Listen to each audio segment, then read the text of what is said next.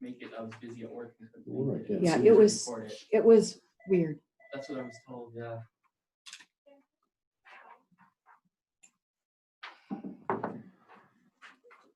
Right, you're on. Okay, we're good to go. Okay, we're on. We're just a little late convening the meeting because of technical issues. We'll call the meeting to order. Commissioner Bothell, would you do the prayer and the pledge, please? Okay.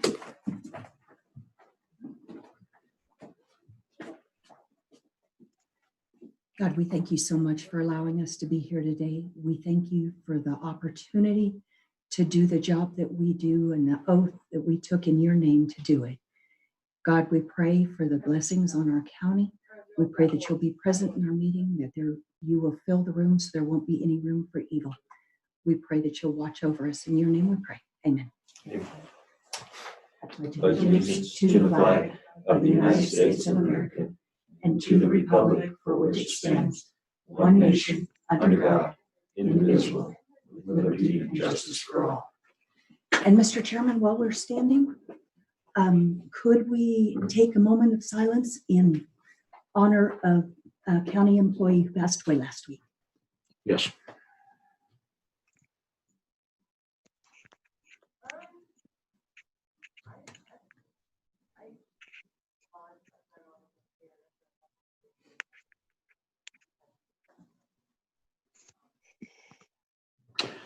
It's a sad time. She's going to be missed for sure. Okay. Approval of the adoption of the agenda. We have some movement on the agenda. Things have come up. So, do you have anything, Mr. Glover? No, I think I- I'm good.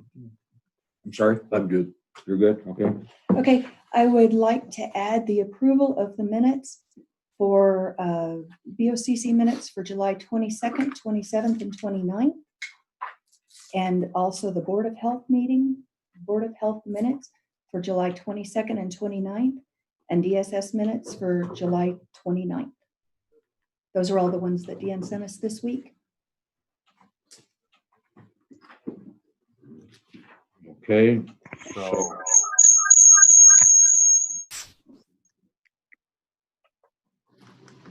Just muted you, Suzanne. Okay, thank you. Gene, have you had a chance to take a look at them? The minutes? Yeah. Yeah. I went through. So, are there any additions, corrections, or deletions to those minutes? I did send in my corrections. Deanne, did you get those Yes, I corrections? did them this morning. You got them this morning? Yes. Okay. I've already changed. Okay, so I'll take a motion to approve those. So moved. Second? Okay. Motion approved, second, or moved and second to approve the minutes previous meetings. All in favor? Aye. Aye. Okay, motion carries. Now we're into the public comment period. I'm not even on, so it's not I think me. that might have been me. It's me. I'm Okay. I'm muted. Members of the public, we offer 3 minutes to present a view on county matters. No formal action will be taken. Is there any comment from the public? Seeing none, we'll move on to the consent agenda. Consent agenda has 2 items on here. It has 3.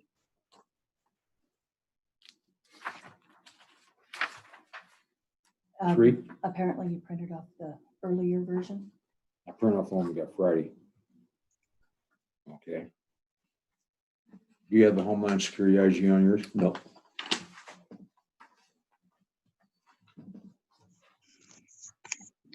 Seen that. Is it in our packet?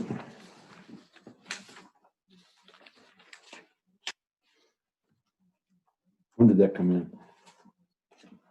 Suzanne? Let me look and see if I can find it. I'm gonna say probably Friday.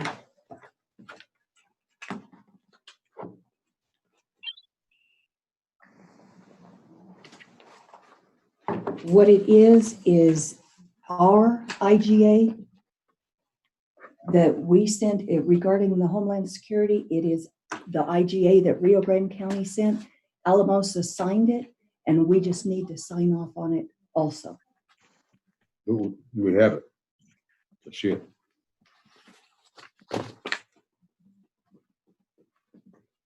And I haven't figured out how Bobby is doing the, I was in to talk to her Thursday, and I called her Friday to see if there were any changes, and she didn't have any, so. The only Homeland Security thing I'm aware of is fiscal agent for the Homeland Security grant. Is that what This- we're talking about? no, this is an intergovernmental agreement that we've worked on for a very long time to get it all written in conjunction with the state and Ryan. This is the all hazards. Yes, RGA. the Homeland Security, for the Homeland Security program, and it's like a 12-page document. And we requested all of the counties to sign them. And we got it earlier this week. And I sent it to Bobby, and she said she would put it in our packet. Well, I don't see it in the packet. We can call her and ask her if you want, but I don't know how we can act on it without at least something in front of us, Ryan. I can email this to Bobby to ask her to print. Doing that right now. She might be in working with the accountants right now. I may not see it, so. Well, should we move that to a later portion of the meeting and approve the Let's see consent what we've agenda? got. Bobby, let's finish that.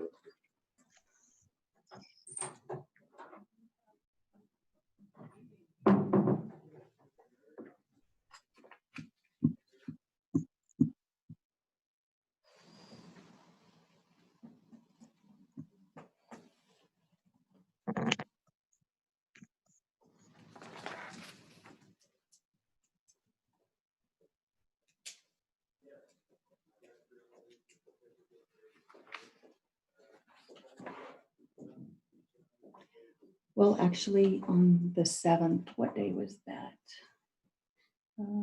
Friday?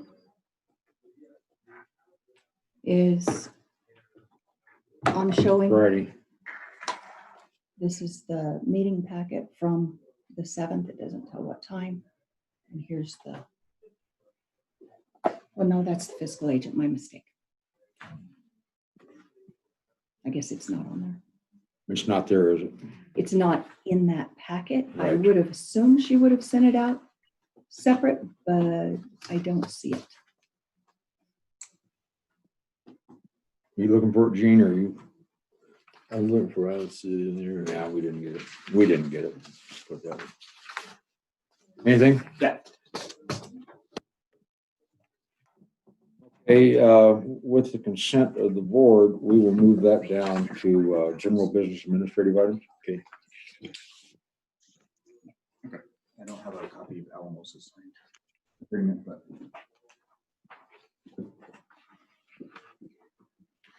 All right.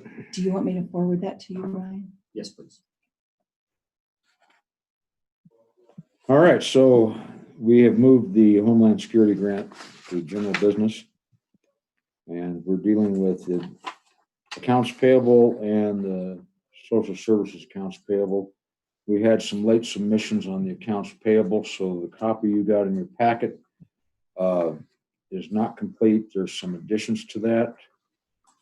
One is the sheriff was able to procure an automobile or a vehicle for the K-9 for under the bid requirements, $3,000.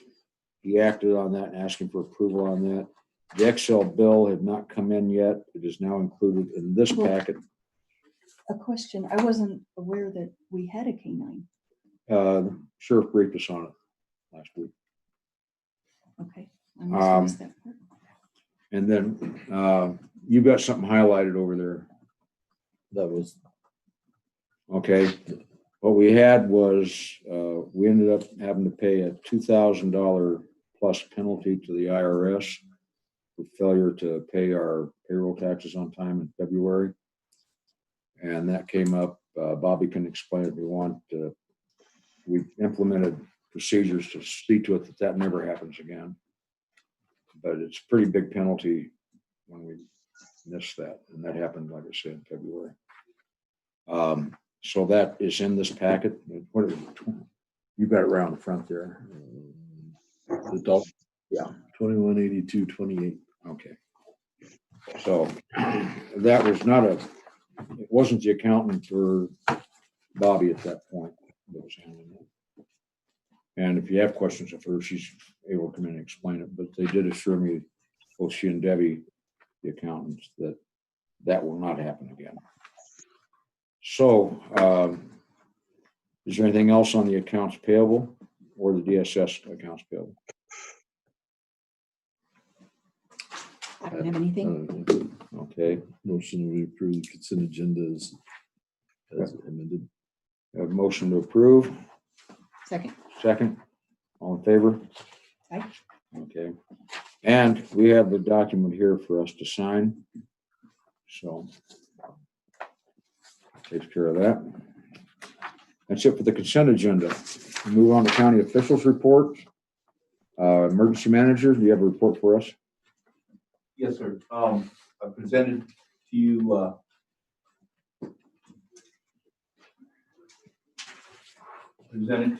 earlier on the my update, and the one thing that was not included in the update was the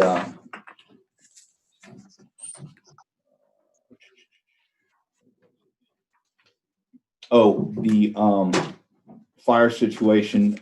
There are no active fires that are relevant to us.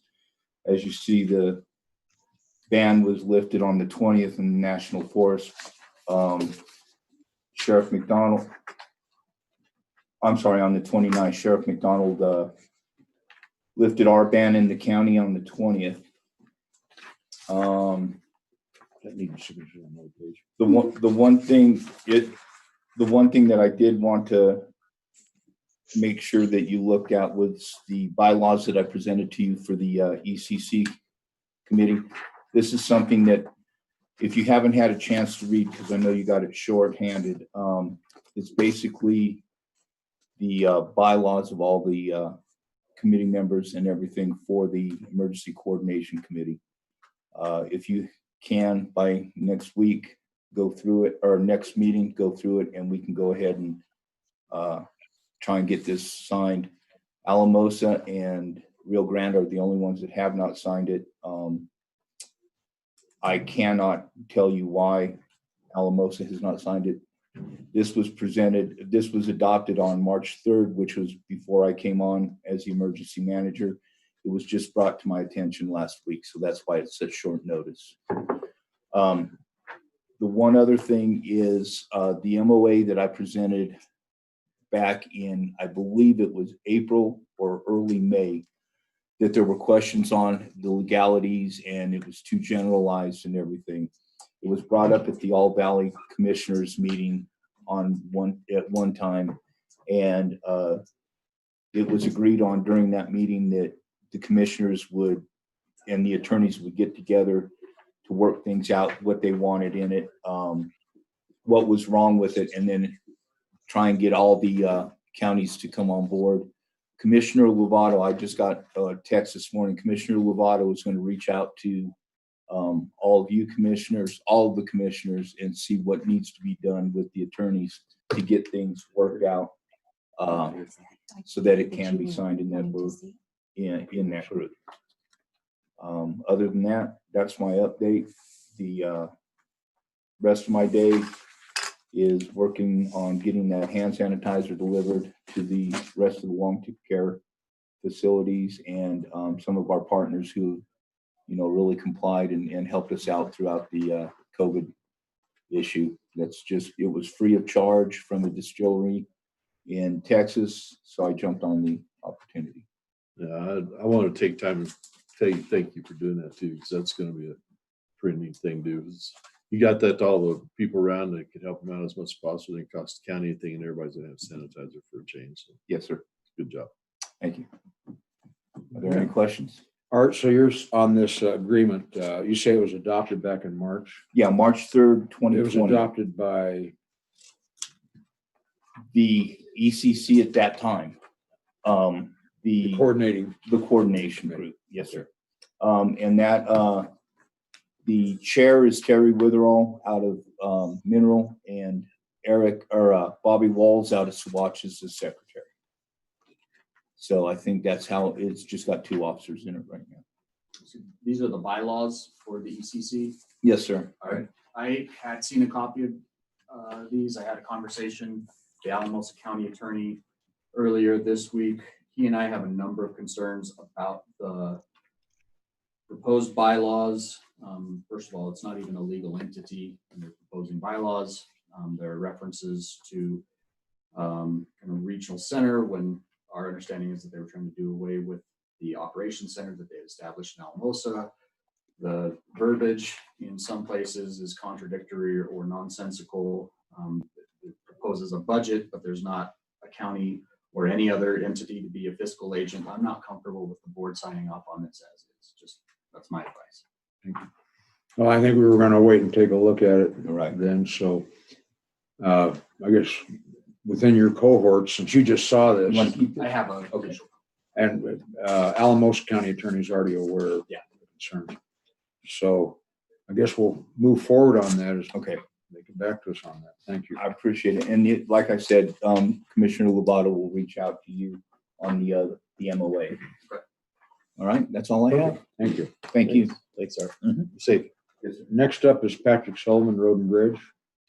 See you. So it's been a busy.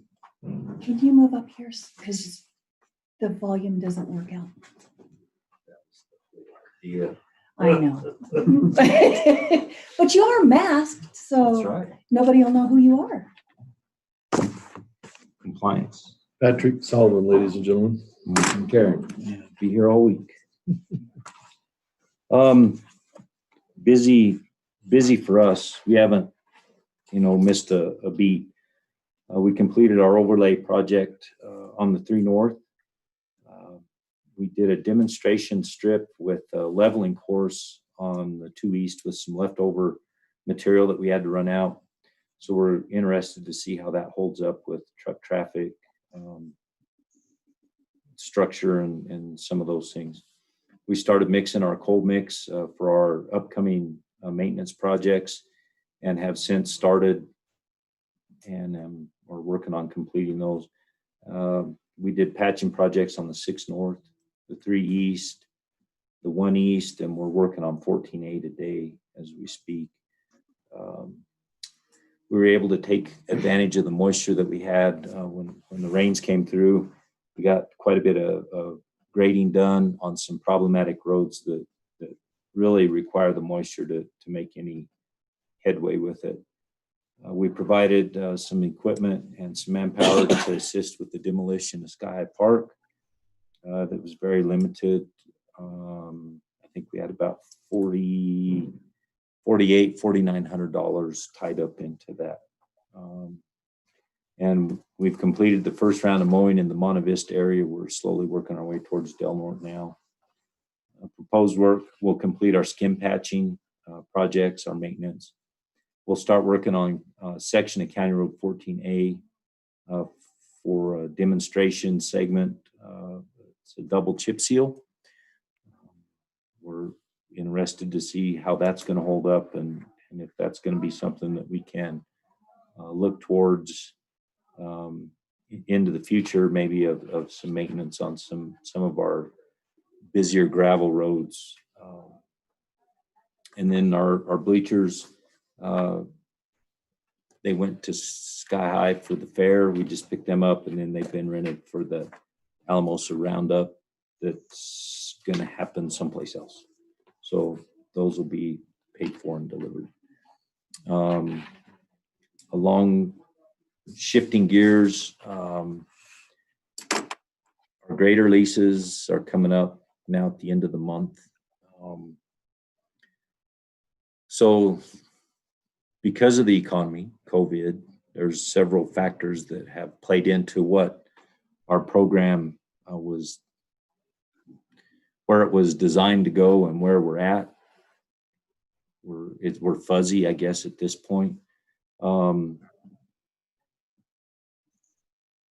we got into the program, my understanding, and it's nobody's, I'd take the responsibility for it.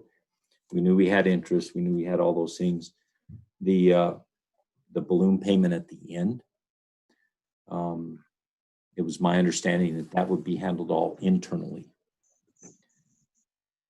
Problem is, it's not, because it's two different companies. So we have Cat Financial, who finances the machines, Wagner, who sells the machines. So we've got those two different entities. While the program is working like it's supposed to, we're going to have to meet the payoff of the machines. So and when I give you the payoff number, that includes last year's lease. So from today's date back to August of 19, and that's about $81,000. That's what our annual lease was on the 3 graders. That leaves the payoff of the balloon payment of the 3 graders around $355,000. Because I thought that was going to be internal, I did not budget that payoff amount. Right now, where Wagner's at, where Cat's at, I guess Cat as a corporation, because of COVID, everything is backed up. So we're at the end of the lease, and they're working on trying a variety of options for us. Option one, we buy them out. We pay them, pay out the lease, which we're going to have to do that anyway. But the goal was to turn right around and roll them back in as a trade for a new machine. That new machine right now is out. I mean, they're talking November, December, and we were on time, proper timeline with the ordering, so that the new machines would be here when the lease was due, and then that would all be seamless. Not seamless, not now. There's a glut of used machinery on the market, which has dropped the value of trades. So we're busy trying to work on that to bring those numbers to a more realistic number. At any rate, to solve the payoff of the graders, we've got the $81,000 as our lease payment. That's built into the budget. I had set aside $300,000 for a loader. Trying to upgrade, trying to keep our inventory in working order.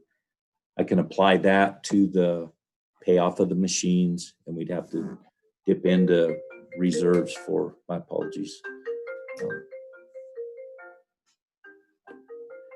Those are the natives that are calling, just so you know. Oh, Restless. no, they're not restless. They're probably lost. Anyway, we'd have to dip into reserves for 55,000 and some change, 55,300. And that would meet the entire payoff of the machines. What that means, we own the machines then. So we would still be able to trade those machines. We could extend the lease on the machines that we have now, but I don't know that I'm willing to extend it because the interest, you and I have had extended conversations about the interest and why, and I don't want to go, we met halfway on this deal, so I don't want to go beyond that. So I think there's some things still out there that's unknown right now at this point. We need another week or so to figure out which direction we're going to try and go with this. But ultimately, August 26th, I'm going to have to come to you with the voucher that says we got to pay this amount. Again, it amounts to $55,000 out of reserve, which I'm covered there. We'll be turning back money through some asphalt, fuel. There's other things that come back to balance that out. I didn't budget for that payoff because I thought it would be seamless. So that's on me. That's my doing. And so consequently, that's I just want to be, let you know where we're at with that. But again, the 300,000 we'll forego the loader. We can utilize that for the payoff, and we just have to kind of massage things a little bit.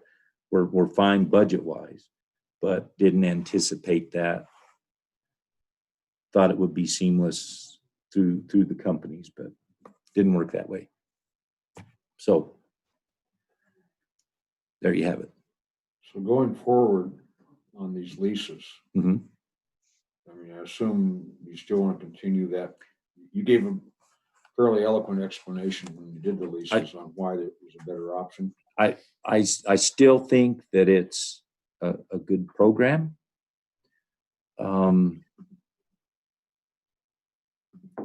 That was based on really good trade values and those things where we would have more equity coming back into it.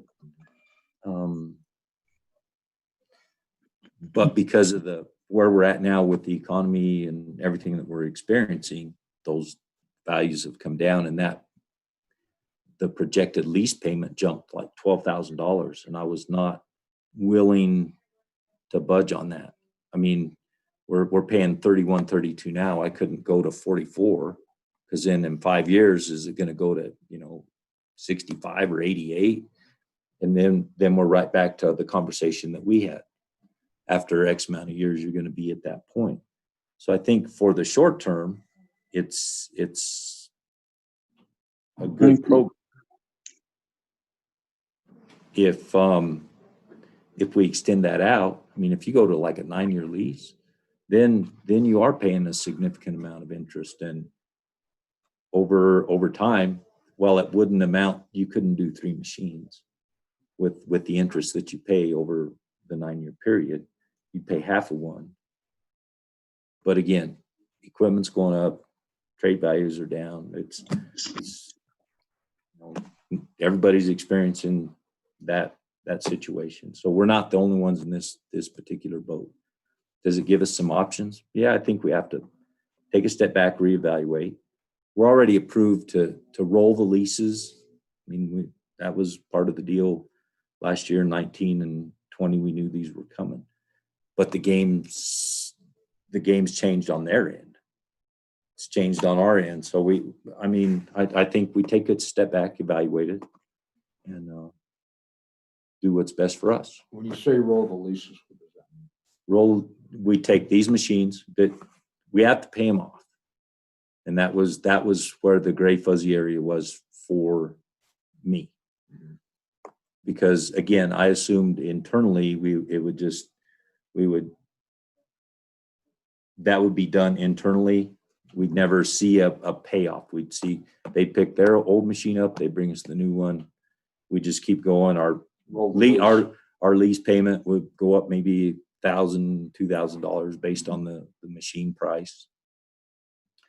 But in the end, the balloon's the balloon, and it's due to Cat Financial because they're the ones financing it. It wasn't through Wagner. Cat Finance bought the graders from Wagner, from Cat. Cat Financial is a different organization, so they don't intermingle. So I can't just roll the numbers from Cat Financial over to Wagner and rotate the machine. Have to pay them off. Are we committed to another lease, or can we at this point step back and reevaluate, look at the numbers and start over? Yes, we can take a step back, because once we send the payoff, I mean, the machines are ours. The machines are ours, but the idea was those machines were to be traded at their value. We didn't do a guaranteed buyback. We looked for that because we thought maybe that might give us an option to bring the value of the machines that we have now. And the machines are still in great shape, but because the market worldwide is down.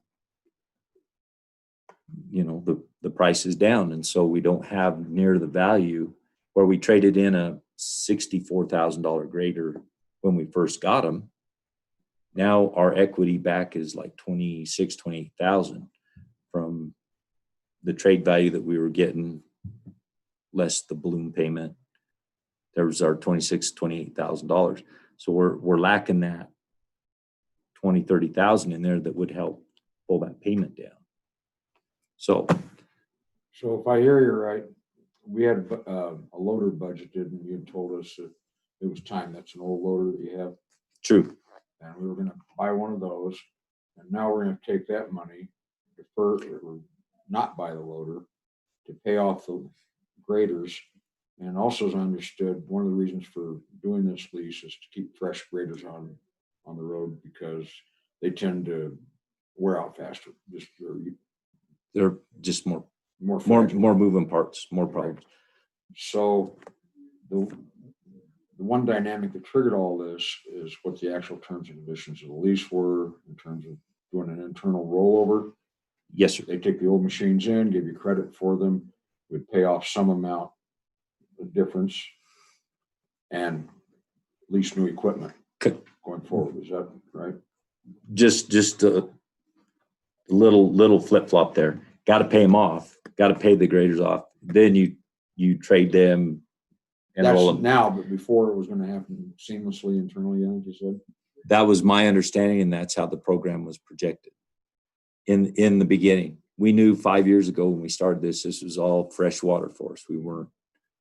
It was all brand new for us. The leases program had been out there for years, but we had never been into the lease.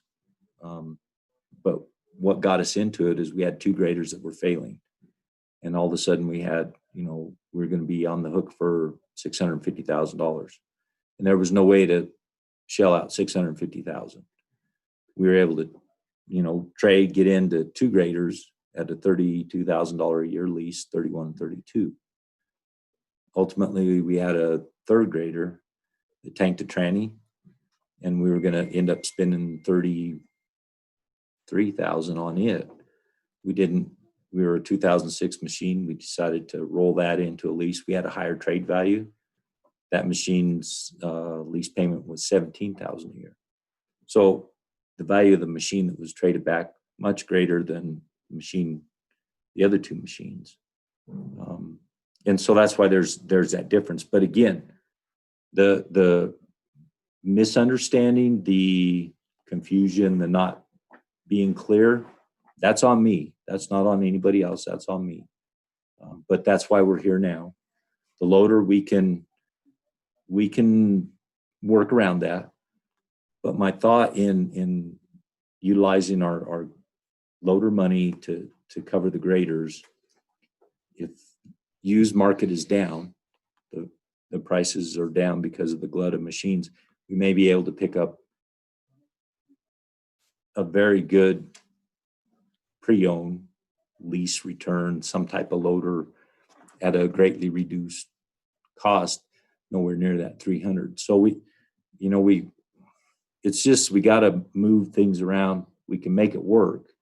We're not in any financial dire straits by any means. I mean, that's why we budgeted stuff out, but I missed budgeting the payout of the graders. That's what I missed.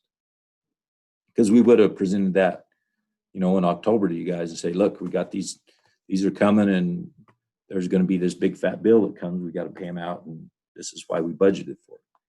Missed it completely off the mark. So that's all on me. Okay. And excuse me, you say that you think that some of your other budgeted items that you're going to come in under on that anyway, and Oh yeah. pretty well take care of the 55. Yeah. I know in the past, the big thing is at the end of the year, when Debbie does all her calculations, as long as I don't have like a negative at the bottom, I'm doing really good. And we've always been good about coming in a little bit ahead of the game, sometimes a lot, sometimes closer to where we were. But it's, we budgeted 650,000 for asphalt. We're down to, we're gonna be close to 150 when we're all said and done. I just can't, I'd spend that other 150, but I just can't get there. There's just not enough hours in the day or light or, whatever reason. But the 650 is great because if we have those multiple projects, the 8 North and the 10 North to do together, you can go to that. And again, we're covered. I know there was some questions about HUTF was brought up at one of the meetings where we were at with that. We're a little bit behind, but not significant. I mean, it's not very much at all. 10, 20, 30,000 at tops. We have to remember that last year at this time, we received 2 additional pops from HUTF because of House bill. I can't even give you the number. Let's just use one. So we received an additional set of funds and then another set of funds last year. The year before, we received a pretty significant bump. Well, when you average it out and look, yeah, it looks like we're just taking a hit because of the COVID stuff, but we're not. You take those 2 out, we're tracking really pretty close. We'll see a little bit of lag, but you see all the vehicles on the road, all the side-by-sides, all the construction equipment. I mean, if you try to get on 160 from any place in Monte Vista, you better plan on waiting. Better have some water with you. Okay, well, I would move to approve your request to move your budgetary items around. Okay, I appreciate that. And what I would like to do is come schedule next meeting so we can have that, the approval, whatever we have to do. Yeah, the action item. Yeah, second. I was waiting to see. Speechless. Before Oh my we God. call the vote, I have questions. Okay. So we're gonna end up with old graders unless we trade them in and buy new ones. Correct. Okay, When you say old, they're 5 years old. that's what I But- mean by old, but- because that's what we were told earlier. Right. It was kind of the useful life for our purposes, and that's the reason we wanted to go into this lease program. And that at 5 years, we started having maintenance problems potentially with them. We're just better off keeping fresh fleet. And that Right. was why we used a lease arrangement for graders specifically as opposed to some of the other equipment. Yes, sir. Okay, so we're not gonna get a loader. We're gonna take that money to pay off graders, and they potentially have to keep those graders. I don't know, they're ours now. And so I know one of the concerns you expressed to us early on was you get an old grader starting to fall apart, can't get the commissioners to appropriate the money for a new one, or a better one. And so this is a way to kind of take care of that. So we've got a program going forward. But apparently we've got a situation where we have a finance company and we have the vendor, the manufacturer. We've got the same situation on another problem. Okay, where lease purchase agreement was entered into probably without adequate consideration, and now we're stuck on it too. It's another program. So my concern is, based on what you gave us a year ago, why this was a good idea. How do we address the issues that you raised then about your concerns going forward, that you're not left with a bunch of hard to maintain, worn out equipment? I think that's working with manufacturers. Just to clarify, when you say, commissioners wouldn't appropriate or something like that, that's never been the case. It's just prioritizing. And while our goal is to get a loader, right now that's not the priority. I mean, I'm not dead in the water without that loader. So we have to remain flexible and do what's best for the fleet as a whole. And I think as Suzanne mentioned, this is a chance, let's evaluate it. It's not to say that we won't move forward with it, because I think we should take a look at that and move forward with the lease program. There are other programs that are popping up now, and I'm getting information on that may offset the lease. It may be a different program, but right now I think the lease program, John, for us is the best program. Our graders are 5 years old. We're out of warranty. whatever that magic date is, we're gonna be under the 7,500 hours. To buy additional warranty, probably $11,000 per machine to extend that warranty out. Well, it doesn't take very long to get to $11,000 when you know, the widget goes out. It happens. So I think those are all discussions that we have to have, and those are currently on the table, trying to find out. Again, this is new for our supplier, manufacturer, the vendor. This pandemic has thrown their whole operation into a tailspin also, along with every other manufacturer, employment, the whole 9 yards. So. Okay, but the COVID really didn't have to change our lease agreement. What it basically may have done is lower the value of the equipment we were going to trade in. What COVID did was throw the timeline completely off of how everything was supposed to work time-wise. It's pushed everything back 5-6 months. That's how far things are apart. So, but absent COVID, we'd still have this same issue of having to pay off the lease or pay off the lease, correct? Absolutely. That would have been there regardless. Yep. Okay, and That was pre-COVID. That's a pre-COVID deal. That's a pre-Pat Sullivan COVID thing. So August 26th is D-Day on that. Yes, and again, we're busy working with Cat Financial and Wagner both on that. That could extend out just a little bit, but I'm just laying out the But the groundwork money's here. the same. It's just a matter of when you pay them. Correct. Okay. So the question before us right now is, do we approve taking the money that was earmarked for a loader, Correct. And use capital it to outlay. pay off this lease? We will now own the graders. There may be some additional money that has to be drawn from another source, from another line item, to actually make that payment by August 26th. To make the complete payment, yes. Right. There's a possibility that they may extend the time and all, but the dollars are the dollars. That's how much Correct. money's gonna have to be paid. So the motion was to approve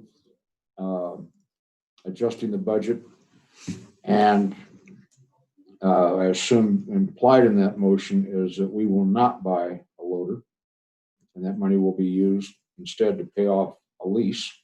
To meet our obligations, yes, Our sir. obligation of that lease, and that has to be done by the 26th. I want to clarify with the commissioners, that's what they intend, because that's not exactly how the motion was made. Yes. Okay, so a motion and a second. Is there any other discussion I or have questions? one other question. The $11,000 extended warranty, what does that cover? I mean, time-wise, how long does that extend your warranty out if you did that? It'd probably be 2 years. 2 years? 2 years on it, and probably 2,000 hours, I'm guessing. I didn't go Can you real deep find- into it Find just that because out for me. sure. Just address it. So that's a separate Yeah. bit of information that we'll get later on. Yeah, absolutely. So we have a motion and a second. Is there any other discussion or other objections? If not, call the question. All in favor? Aye. Aye. Motion carries. Thank you. Okay, we move on now to general business and administrative items. Suzanne Benton is here Thanks, Patrick. to discuss perhaps working for the county. And we were going to describe that position going forward and what it looks like. Yeah, I gave you a proposal. It's not, I mean, it's all fluid because every day, as you see, there's a lot of changes around here. And so I don't think you or I can hold to exactly everything. But basically what what I thought you guys wanted me to do was to assist in hiring positions you had open, county administrator and the resource officer, and then just get some more communication, work with getting the conversion, help the girls with the conversion, or be available for them, and just basically do what you guys needed without having a county administrator. Like I say, I have a list of things that, priorities I think we need to start working on, but the main one is to get people into positions. and get going on the hiring on that, and then get the budget started and get it out so the department heads could start working on that. The other things of like improving the organizational chart, update the administrator's manual. When I talked to you Monday, you talked about the CARES grant, which is going to be a big thing. Just some ideas on how to handle that. But I was just going to be here as a consultant and do what you wanted done, and then we can try to keep everything functioning here. So I don't know how much more detail you wanted to go into. Like I said, I put in here, this would be only through October 2nd. It could be shorter if we get things moving and we get people hired. If we can get somebody hired early enough, which I think it's going to be a stretch, I'd be willing to help them, go through stuff with them. But that was basically, when you called, you just basically said, we need help here, and we don't have an administrator, so an HR person, but I think those two positions have to get filled immediately just to keep your office running the way it needs The to. HR probably easier to fill quickly than admin. And like I told you, I think it'll be 3 to 6 months before you can get an administrator here. So we may end up with an interim situation anyhow. Mm-hmm. But if we're bringing an interim today from outside, totally unfamiliar with the county. There's a lot of things they would just be digging through the last 4 years of stuff, Right. which you could probably already have pretty well sorted through and organized in terms of things that we hadn't been doing or hadn't been done properly, whether it's reserve monies or something like that, like you mentioned. Yeah, Bridge fund and stuff. I looked, my background's accounting, so I was looking at some of the things in the books here that, they're not major things. I think it's just lack of communication and understanding what's happening.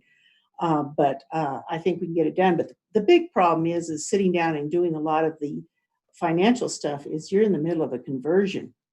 And I don't know the old system and I don't know the new system. So I'm not I can't really do hands-on. All I can do is help them if they have specific questions of how to set it up, because the old system that you're working under currently, I did the chart of accounts and all of that when it was converted 5 years ago.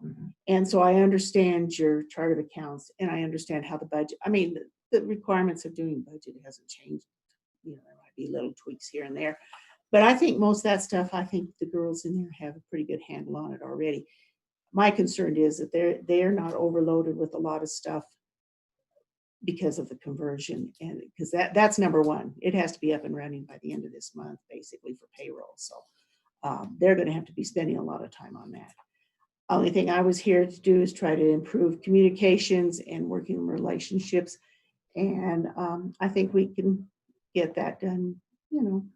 Just everybody sit down and on the same page. So those are the main things I thought you were looking for, is to help get somebody hired. If they're hired in time, I can help them with some things and help get the budget out and see if there's any concerns there, and then do the communication.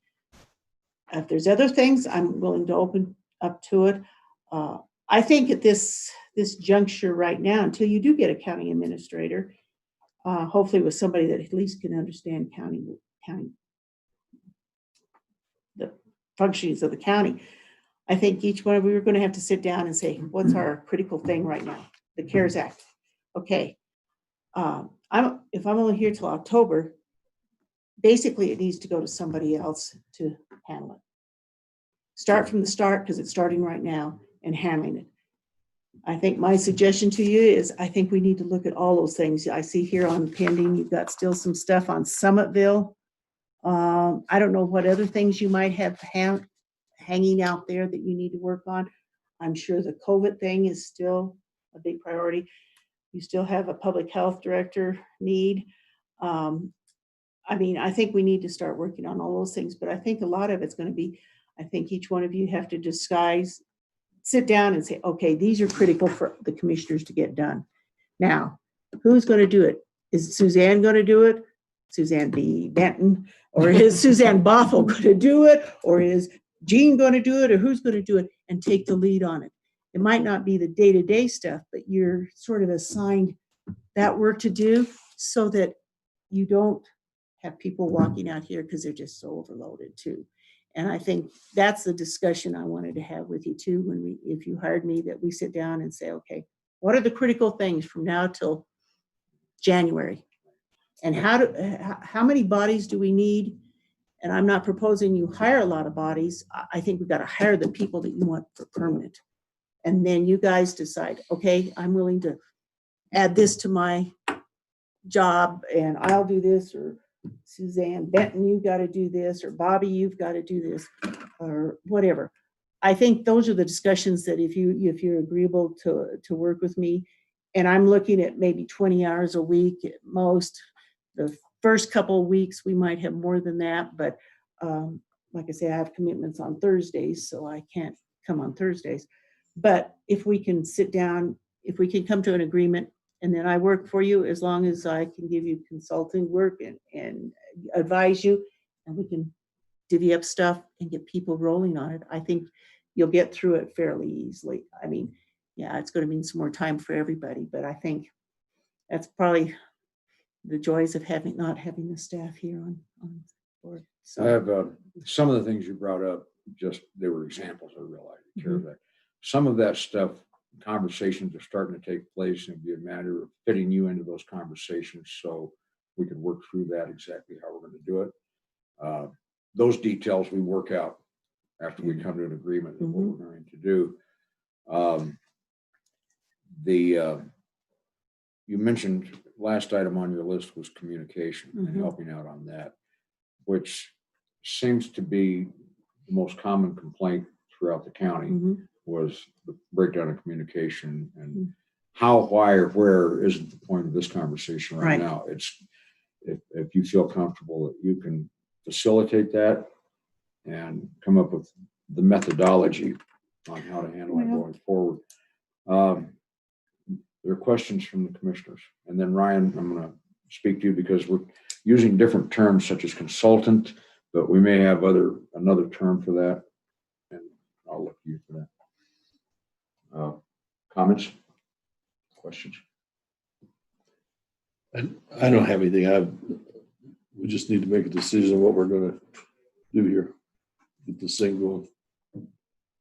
So I guess my comment is that at the beginning of the year, the board passed a resolution appointing certain positions, including the county administrator and the budget officer. And Suzanne, I might even ask you to chime in on what your opinion is based on your experience. But I think what would make sense is for this board, if we're inclined to hire Suzanne on an interim basis, to appoint her as the interim county administrator, as the interim county budget officer, and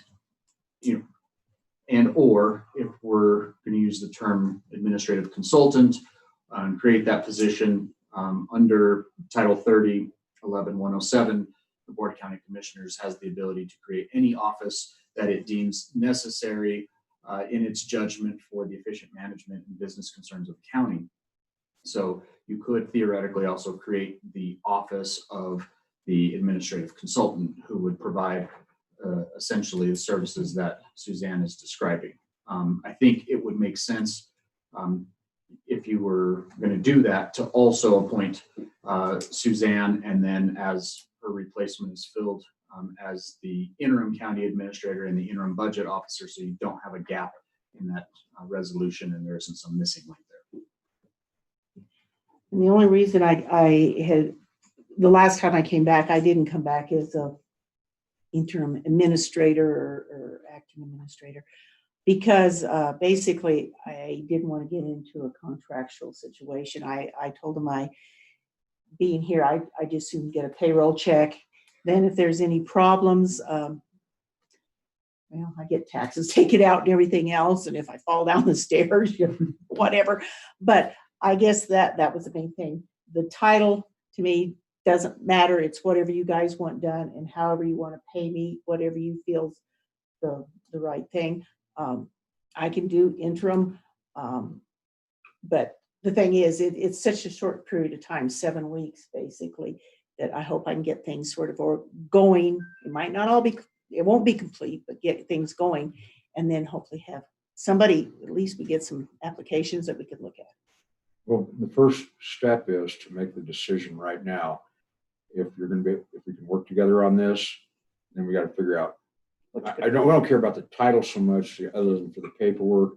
You do want to be in an employee status for the very reasons that you gave. And we've already discussed in terms what the compensation would look like there. So if we're in agreement and you're in agreement and you listed some things that you thought were concerns, my sense is as you get in and take a peek at things, you'll go, okay, This comes to the top. this is what we've got to take care of right now.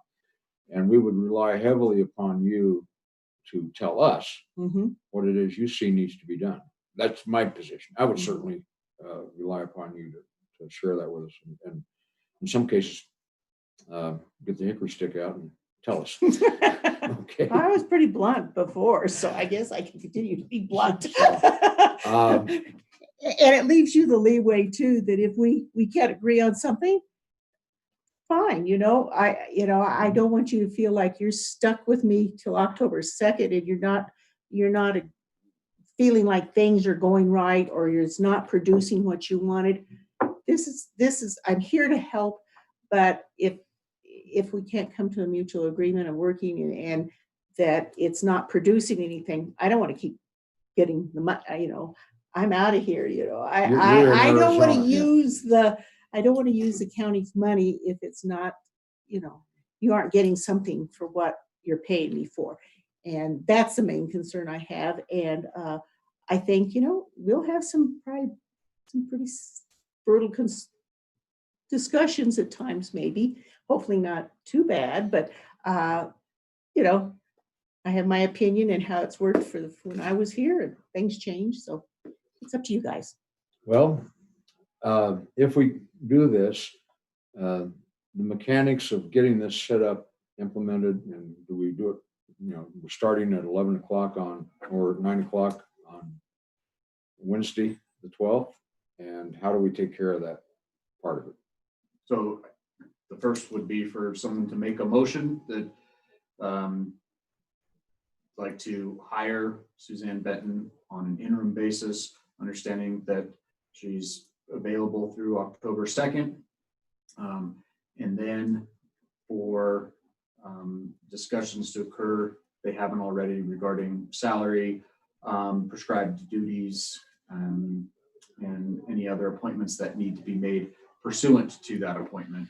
I think it makes sense, given the county's need for somebody in that position right now, and at very least the consulting to help with the hiring and replacement, for that to happen as soon as possible if someone's in a position to make that motion. I'd like to make that motion, and I'd like to throw in the conversation we have as far as the compensation package to be held in our conversation. We do that. I think it's appropriate. We have a motion. We have a second. Second. Okay, we have a motion and a second. Is there any discussions or objections? Hearing none, all in favor? Aye. Aye. Good to go? I guess I'm good to go. So what have you got done so far? I got lists. It'll be accomplished by Joe and Greg and the Phantom Suzanne. Thank you so much. Thank you. Oh, I'm gonna go ahead and sit through all this if that's okay. The Suzanne B thing's gonna get. Yeah, I'm gonna have to figure out how we're gonna change. We've names. dealt with that for a while. Okay, next item on the agenda is Summitville, and the only thing we have going on right there is Mary Boardman, who's the lady from CDPHE, who's responsible for the Summitville site, contacted me, asked me to come up and take a look. They wanted to do some fire mitigation, tree removal along a major power line up there. They'd like to have a 100-foot clear zone it'd be the west side. There's no timber or any material on the east side, but on the west side, to keep the timber from interfering with power lines, or if there is a fire, from damaging them. And so they'll be taking primarily dead. There's a lot of dead standing up there, and they'll be taking some live to keep them from incursions into that zone. They will use some of it for biomass to try to enhance the soils up there so they get better growth in the cover and what have you. Some of it they'll just take home for firewood. So I told her I'd have to run that by the commissioners. So that's the brief, and if you are okay with it and approve it, then I'll notify her that they can go ahead and commence. I like to make a motion, just go ahead and get that handled, just the way you stated. I'll Wait. second that. I'm sorry? I'll second it. Okay, it's been Bothell seconds. Any other discussion or questions? All in favor? Aye. Okay. Next item here is the Homeland Security Physical Signature, and that's this document here. And Gene, you had a conversation, I believe, with our staff, and I don't know if you talked to Gene Borrego on this, is that correct? Just briefly, it wasn't completely detailed, but I think you're probably more familiar with that than anybody, aren't you? Yeah. Okay. But the deal is we need a fiscal agent. The Yeah. suggestion was that it, in fact, as I understand it, it already is our chief financial officer who's been signing these. Is that correct? Yes. And so that's all this basically does is, I don't think so. let's call him in. Yes, it may be available. That's what she said. Okay, I don't know, but what I'm going by is, I think the whatever this is called, designated person, I believe was Trish. That she's the one that we designated, and that's why we are needing to sign a new one of these.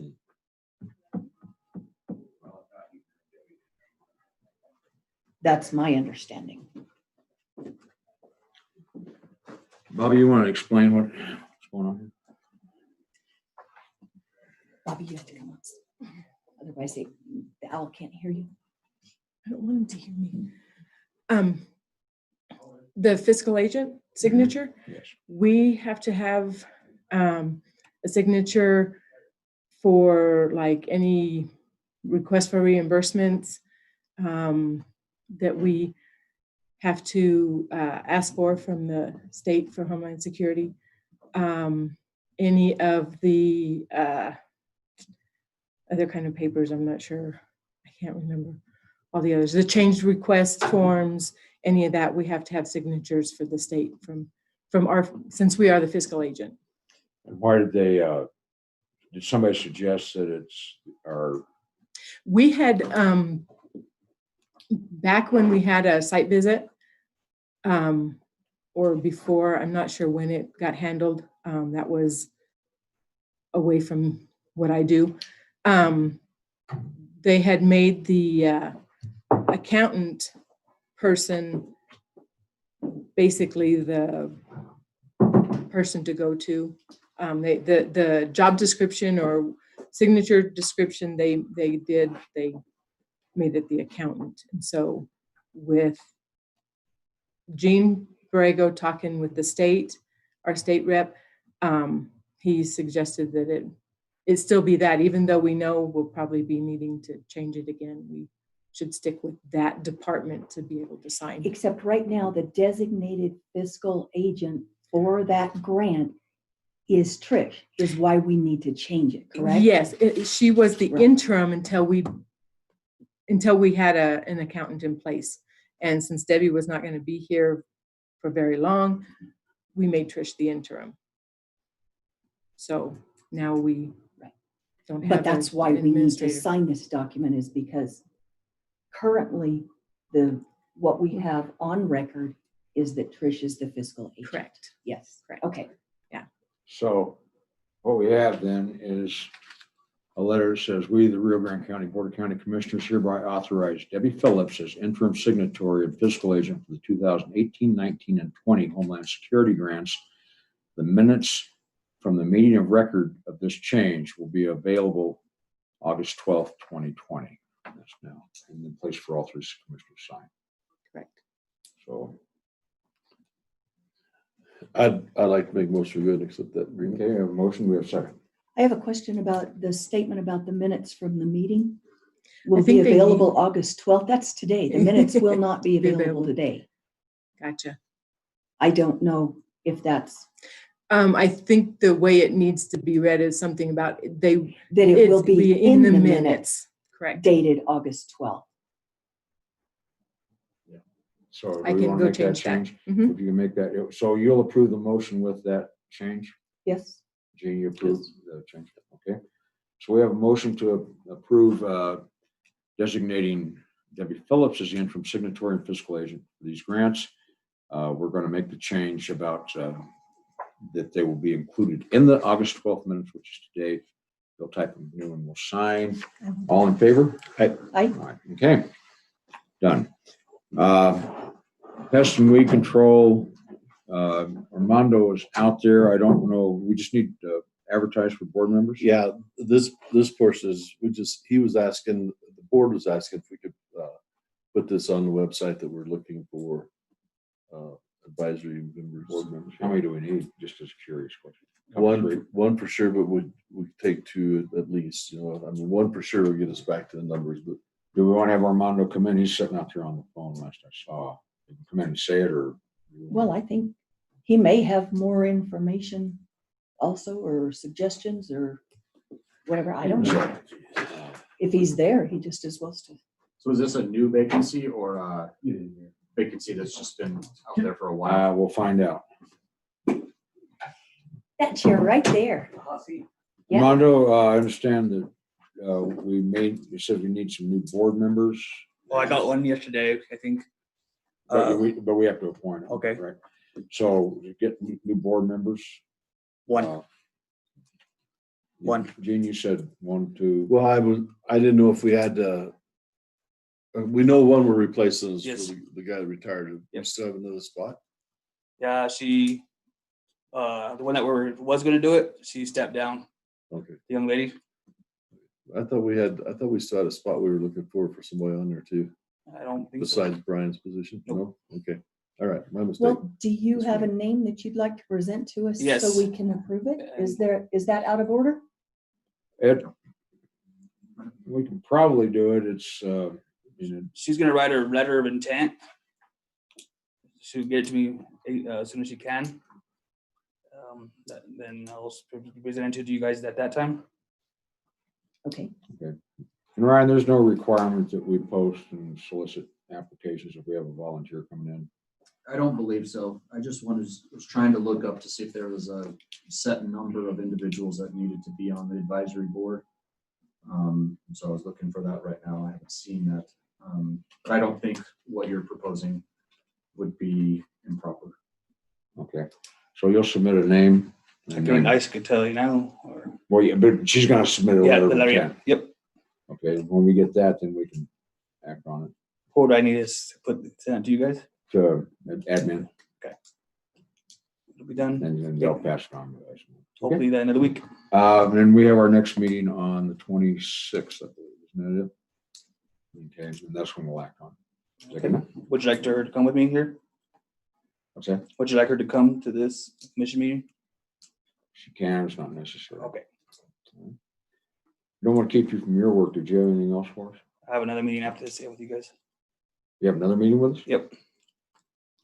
Not Last thing on on the- the agenda. on the agenda. It was. I had the email yesterday. This is an executive session item. I guess you. Okay, we're not quite, Ryan, you were not aware of this, were you? I don't know anything about the executive session. Okay, because there was a chance we weren't gonna have an executive session today. I did not get that email either. Well, so did you advise Bobby that it was gonna be on here? I think, do I understand Bobby advised you? Yeah. Bobby sent Through you an email, yeah. email and said that, You just go check for Bobby and see what. Yeah, let's find out what happened there. We're in transition, and so, That's fine.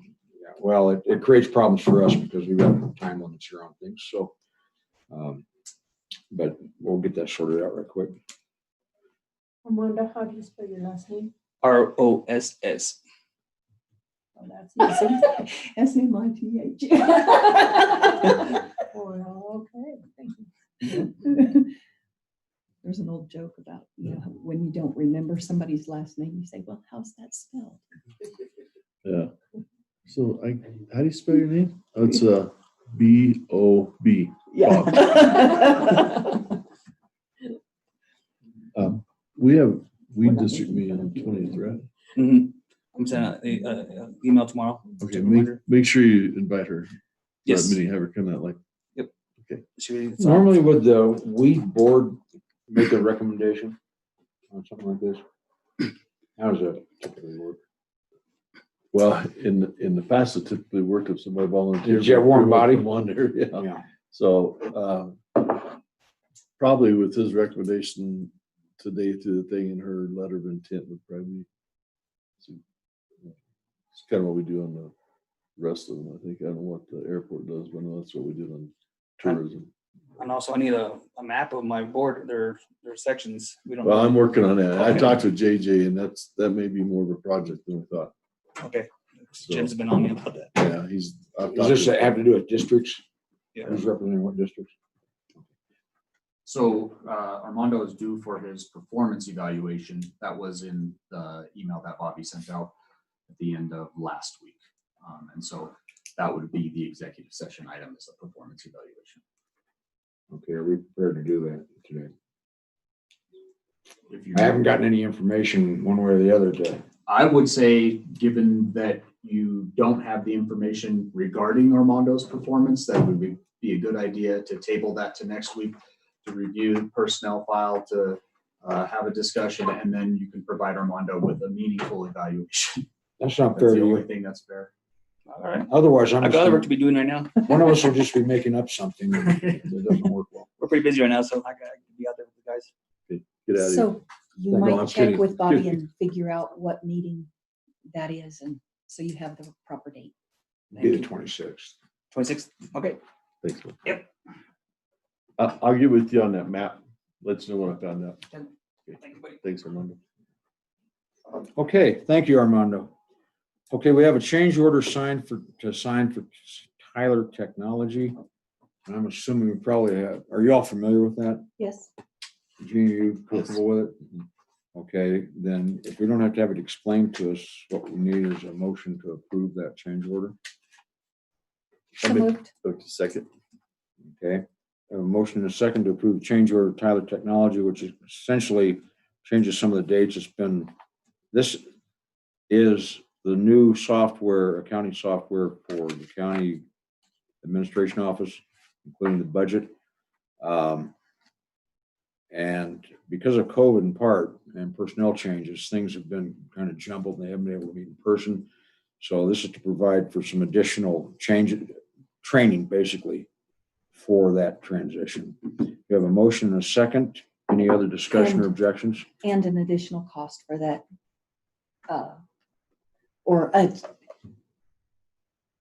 Is we set up an original budget. We didn't use one of the modules. And so we have a cost savings there, but this is an additional cost that would be covered by the cost savings. It would, yes, we did not buy the purchase order module. And so those funds can be redirected towards this change order to cover those additional costs. So we have a motion and a second. Any other discussion? If not, I'll call a question. All in favor? Aye. Okay. Carries. We're waiting for President Lovell come in. Tony, can you give it to us in 15 or 12 minutes? Only unless you have questions. Okay. Because then we can get that You out. already asked one. And you saw the answer I got. It was a yes or no question. It's a fairly strong maybe.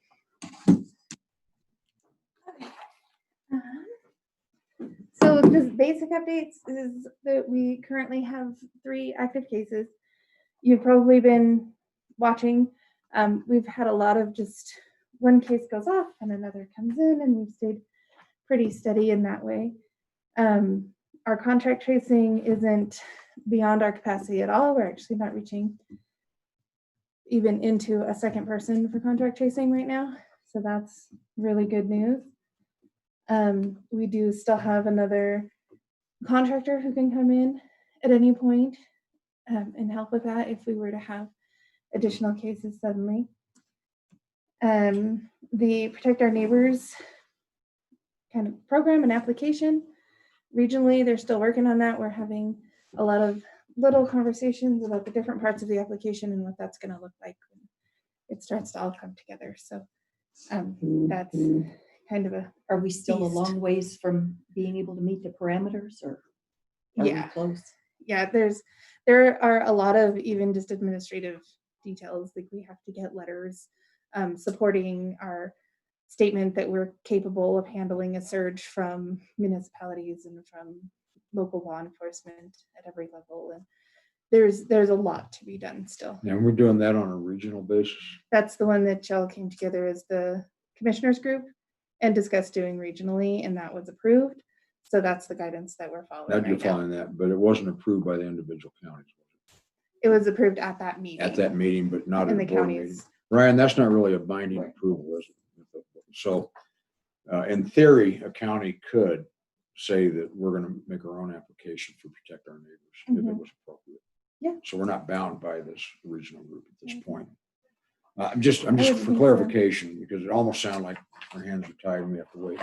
Well, a lot of the conversation is how each individual county will be different, even if it's a regional application. So the response and the capacity in the different counties is going to be different. There's no getting around that. So will that be written into the application? Will we just have additional things that we're just adding to the application, or will we complicate everyone's process to include each of the other counties' concerns? Well, I think part of the issue is there's confusion out there on county authorities versus some sort of regional authority on these different relaxed standards going forward or lockdowns. And so I'm not sure it's been clearly presented that Rio Grande County and other counties have not necessarily at their own board meetings approved any kind of working with the region officially. Sure. Okay. So what that will likely look like is that the application will be your opportunity to approve or deny. So the document will be completed and we'll bring that forward, or as we're working on the document, we'll bring that forward. And then you all will have an opportunity to review it and decide whether you're going to sign or not.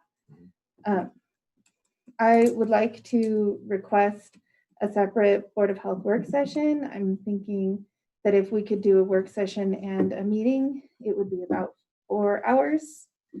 I'm not And that would following be that track maximum. again.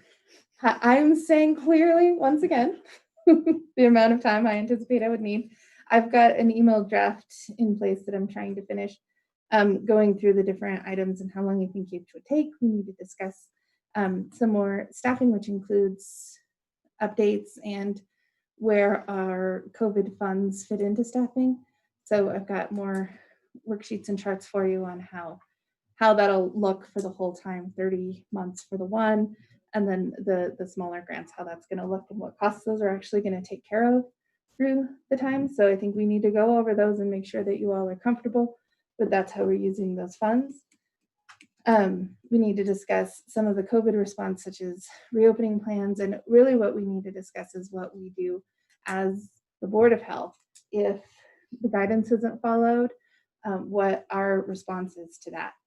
So a lot of the questions that we're getting right now is, what's the enforcement? What does this look like? So what I would appreciate is that as the board, we have a statement and a position on that rather than me saying, I don't know, sorry. So hopefully we can have some time to talk about that and get some specifics down on paper so that while I'm talking to people about this, I have real answers. And that'll take a while. So is that on top of the 4 hours?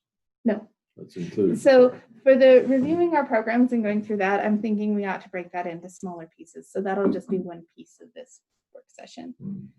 We also have some changes, some fairly significant changes for CTC, the Communities that Care program, that I would like to go over with you. And then, and then if there are any decisions that can be made, that Board of Health meeting hopefully would be held afterward, and y'all could. So if I hear you correctly, you'd like to have a work session so we can go through a lot of this. And Right. that's a 4-hour event, you think? That would be the maximum that I would be asking. But for the work session Yes. only. And then on that, at that same time, have a Board of Health meeting so we can make decisions or do whatever. Yeah. Is that correct? And that would be a fairly short. That would be, we've already heard all of that. Right. One of the things I find, and this is not a complaint about you or your office, but in general, is we'll get presented with a train load of information and then be asked to make a decision on it. We didn't have a chance to really sit and analyze it, discuss it. Are you in a position to, I know you've done it before for us, to provide information, to give us a briefing statement or summary of what it is you're going to be talking about? Now, I know some of it, like the grant programs and all your programs you were going to describe. You've already done some of that, given us like a little chart and stuff that kind of talked about how much money each one had and everything. But if we're going to have a 4-hour session, there's going to be a lot of information to absorb. Okay. Okay. So can you get us something to help us on that written down? So Yeah, so what I'll send you is an outline of the items, and then if there's backup documents that for or reference them or each something of that we the- can find it right. each of the items on there, I can send that to you too. For instance, in the school plans or reopening plans or any of these requests that we're getting, I can send you the guidance that we're using, but that's really what we're going to be discussing is what our role is with those and what you guys are comfortable as the Board of Health, what you're comfortable and what you're required to do in response to those and those requests. Suzanne, your thoughts on this? Because we're in I don't know how the Board of Health functioned when you were here before, but we're obviously the Board of Health. We wear those hats. And we've been we passed a resolution that said when we're sitting as Board of County Commissioners, we're also sitting the Board of Health and Social Services, those three. But some of the stuff we're trying to put in its own little channel, so it's easy to just distinguish this is strictly Board of Health business, which may entail a separate meeting. Sometimes it could happen on the same day as this, but when we're looking at a 4-hour information session, probably needs to be set all by itself in a day. Well, yeah, Ryan can say, you guys can have work sessions to get, it's just like training or anything else to get up to speed. And then you come to as a Board of Health and have, this is what we are wanting to do, and then have a formal plan and a document, because that's what you're asking for, a document to say, this is what the Rio Grande County Board of Health asked or decided to do, and I'm implementing it. And I think that at a regular board meeting, then that's when that document comes up, and you can still have general discussion, but you don't need 4 hours. I'm sure the minutes you don't need 4 hours of that in the minutes, so unless Ryan has something else, but that's just the way we used to do it, is just you get your information, you have work sessions to get stuff boiled down a bit, get your questions out, and then have a document to say, this is our plan. I guess what I was kind of asking also is, what is your role in this in terms of working with the Board of Health and setting up meetings? Or I know you're not here to be the secretary or anything like that. I think, just like here, if you want to set it into, if your Mondays are your normal work session, put it in your Monday work session or whatever day you want to do a work session. And then once you come to agreement on what you think you want, then get it put on the agenda and give it enough time for you so the public, everybody else can understand what you're actually doing. And these are the rules we're going to ask the public for. This is the guidelines we're going to implement for COVA. So if you were to come in on Monday, let's just pick Monday as a champion. I'm not suggesting Monday, just as a procedure. Monday, then probably we're going to go through a long series of things, and we may not even know what would be on the agenda for the formal Board of Health meeting until we were done with the work session. Yeah. So then it would make sense to move that work session then to the following Wednesday or some other day, so we can provide notice. We still have the same notice requirements for Board of Health. We would have the same notice requirements, and I guess my only suggestion, not from a legal perspective, but based on my experience and practical perspective, is that if the action items for the Board of Health meeting pertain to those things that were discussed in the work session, I think it would be a good idea to set that actual meeting agenda, whether it's separate or in conjunction with the Board of County Commissioners meeting, doesn't really matter to me, but I think this is a board that likes to receive the information, think about it and process it before making a decision right away. And so to have that a couple days later or even following week would, I think, there would be greater likelihood that action would be taken on those particular items that you'd be recommending. Yeah. That's my perspective. Yeah, I think that next Wednesday would be just fine for the meeting part. So we're talking what dates? I'd be happy to come in on the 16th if you would be open to having an additional work session and adding or just keeping the Board of Health meeting on the regular meeting on the 26th. Do you mean the 17th? Yep, 17th. We're not going to come on Sunday. Yep, that's the one I mean. I have another job on Sunday. Yes, that's fine. So the 17th, does that work for this? I know we're trying to get away from having these constant meetings, but obviously this is something that we really need to deal with. Are you comfortable coming in on the 17th and setting a Board of Health meeting then for that following Wednesday, same week for action? You concur with that? Yes, sorry. I The didn't- the The following 19th meeting would be the Or the following week. 26th is fine. It wouldn't, did you just say the following Wednesday. Wednesday? It would be, That's what you heard, right? Or did you? I heard, the meeting would be the 26th. I heard a work session on the 17th and a meeting on the 26th. Okay. Okay. Good enough. Does that work? Yes, that works Okay. for me. And then we'll also need to start discussions around hiring the public health director. And of course, that also leads me into, I need to have a conversation around my position and how that'll go and how that'll fit with the other positions that you're actually opening up and hiring. Okay. Is that on So, top of the 4 hours? I don't know where that conversation Oh. fits in or how it would be best to have well, in it. terms of hiring the public health director, Suzanne Benton has indicated that's a priority, getting those positions filled. I would assume that the two of you could work together, she gets the information, however we do the advertising, get it out. Okay. We could do that virtually immediately, couldn't we?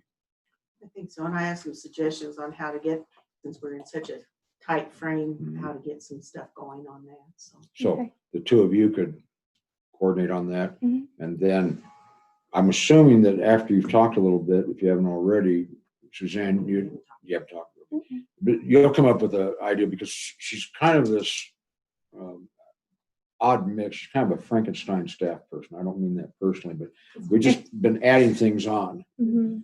And so you really work under admin as a grant administrator, and then you were assigned additional duties as the interim public health director. Mhm. But you came in as a grant type of person under public health initially. Is That deputy director you were was a called lot of deputy director, prevention. and you were basically taking the grant load off of Emily at that point? There Is was that- some of that, yeah.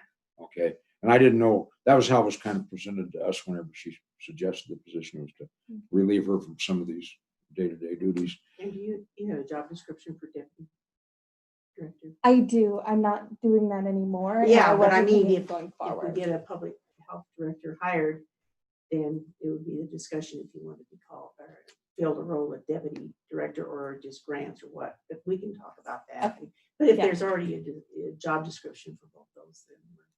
And I know you were looking at the job description for the director, so I don't know where you are on that.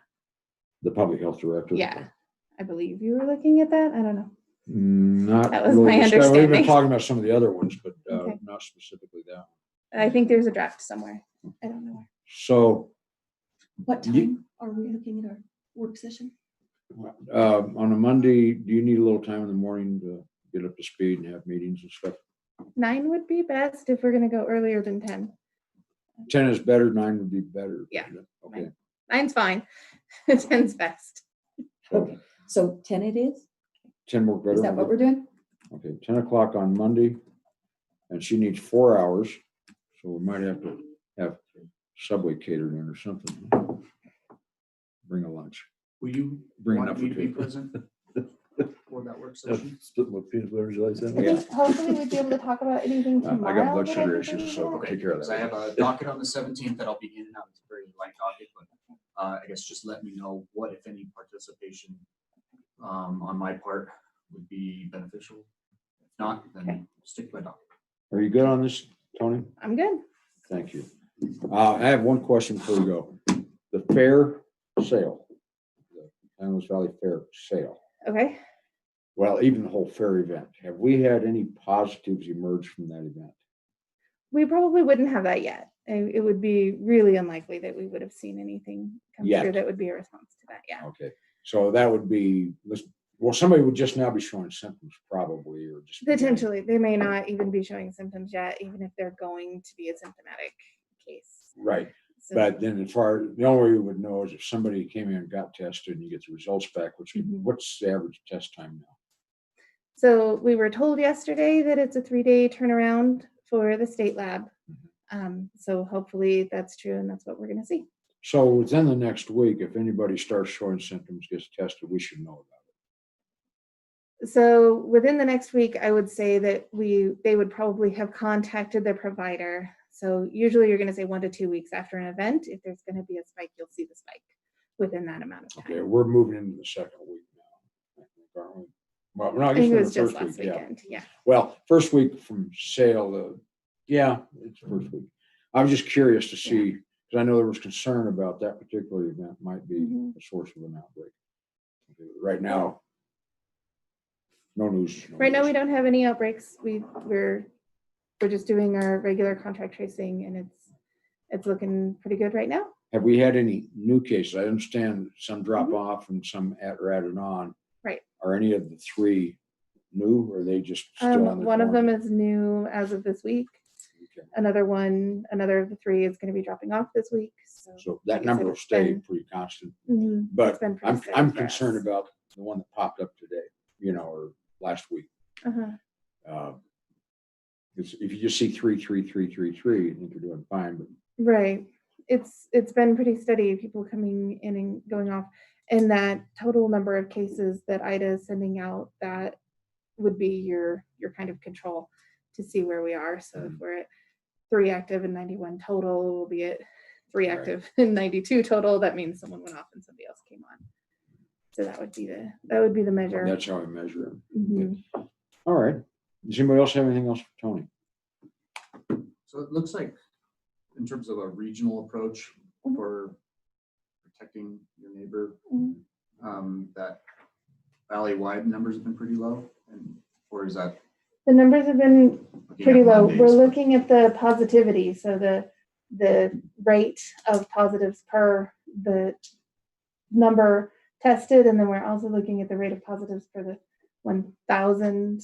So it's that's why we need those super smart science math people to go through the numbers. But those rates have been pretty good. And are So- Alamos and Rio Grande the only counties that have Currently, any actives? Yep. Are there any hospitalizations? I'm not aware of any for Alamos, so we're still at 1. You said, so you're talking about the statistics Mm-hmm. and the epidemiology. Mm-hmm. And so we're at 750 some per 100,000 in Rio Grande County. Mhm. 100,000, a mythic number, just so they can establish a solid baseline. Right. Okay. So we really have like 75 or 90 or something like that. We whatever were it is. in the 90s. Right. And that's an aggregate number going all the way back to the very beginning. Right. Okay. Yeah. So I don't think right now that's not what's holding us up on the application. There are a lot of details that need to be sorted out and a lot of planning, and we actually have a lot of planning documents that we'll need to attach to that application. There's been, from my understanding, 1 county has applied and they did not get protect our neighbor status. I'm assuming everybody's kind of holding their breath, waiting to see what happens when you open the schools. That's a pretty significant concern. Yeah. Okay. We'll need to see. Anything else? Anybody else have anything for them? And I did just re-forward that job description to everybody, that it was something that we had Yeah, we've previously. had it. And But so- you guys will have it and you guys can talk about it. And Yeah. come back and tell us If what you you could did. send it, if you could forward it to us, I think that would be helpful too. I don't know what email you're using for this, but I can have it until you get it. Okay, and T. Stewart. Okay, thank you. Dr. Lavelle sent a note saying, or called and said she was going to be late. She'll be here at 11:45. Ryan, I know you got a hard schedule. We've taken care of one of the pending executive session items, which was the review, but you had a couple other things to discuss if we can fit it in. Is that? Yeah, if it doesn't have to happen today, but if we're able to do that, I'd like to not go straight through till 1 o'clock, just because I need to call a couple witnesses. So if you're at a place where you're just waiting on a break or waiting for the Adams State President to get here and you're comfortable with tabling executive session items, then I guess if you don't need me, I'd prefer to go work on this hearing and represent the county upstairs in an hour. So that's up to you. Well, I guess you had the items that you discussed and were concerned about. And so I didn't know if the level of urgency on that, I think at the moment it felt fairly urgent. Maybe it's kind of cool. Yeah, I don't think it can be accomplished in 5 minutes. And then I worry that depending on the length of time that the Adams State President will be here, it just won't allow for a meaningful executive session. So if you're comfortable deferring that to the 26th, then Are you comfortable with deferring? I'm comfortable deferring it for now. But I work at the pleasure of the board, so. Okay. The one other thing then while you're here, and this is just be under administrative things. I mentioned to the railroad to you, you were going to check with Sherry to see the current status of that and see if we need to file. So I'm unclear on once you filed your notice of claim, proof of claim, and particularly on something where it's not just interest, but we actually have a new bill. Mhm. Does that have to be updated or does it just ride along? And that's what we talked about. Right, and that's something that I think I need to get with Sherry. And then I also think it would be a good idea to get in touch with Mike Panko and find out from a bankruptcy perspective if that initial claim filing is enough to get your foot in the door, or if you're locked in for the amount of the claim. That's what I'm really concerned about. And Pete Shanken is in LA and won't be back until Friday. So Panko had said, if you guys will get me the stuff, I will file it. But they was talking to the 3 bankruptcy petitioners. So the treasurer will be a fairly easy process because she has real-time numbers. And then in terms of filing an amended claim, they've standardized that pretty well with the bankruptcy court, and it's an electronic filing. It's a form that they put out there. So once I have the numbers, if we need to do an amended claim, all of that can be accomplished in an hour. So the Friday deadline doesn't pose a serious concern to me. So, yeah. Okay. But you might get a hold of Panko. Everybody expresses some concern because he gets so wrapped up in everything that he doesn't just call us with every little tidbit of news. Right. And so sometimes we have to hammer him a little bit and say, well, they have to hammer him. But I just wanted to make sure we didn't miss a deadline on that. Yeah.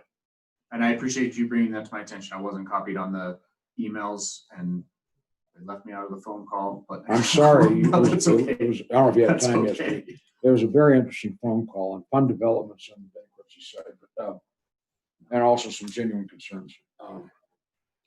If we are waiting, would we like to take a little break? Like, do you have anything else, Ryan? Suzanne wants to celebrate my birthday, so I'm having a heck of a birthday. 4 hours in court and county commissioners meeting. They I know can't how to all have a be good great, time. awesome, wonderful things, but Yeah. Whatever's in there. Okay, well, if that's okay, how about we take a recess? All right.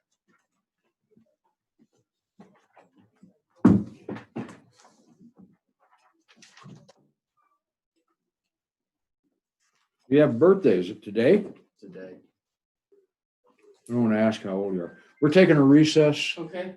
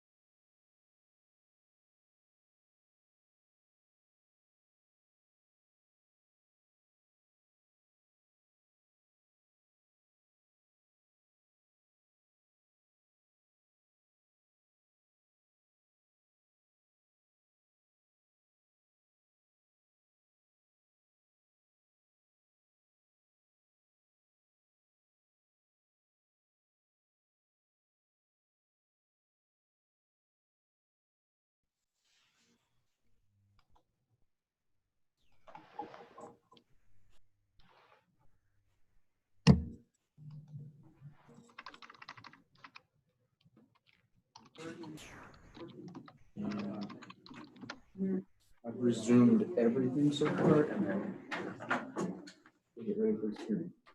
Okay, good. All right, Good luck. thanks.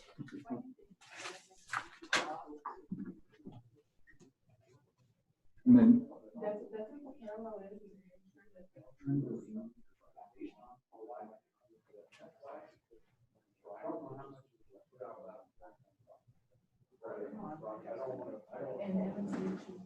That heads up.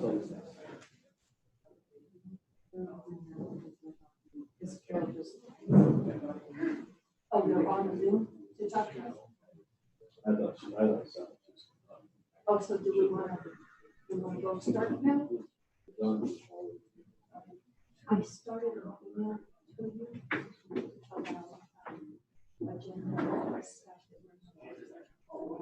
Okay. I saw Suzanne.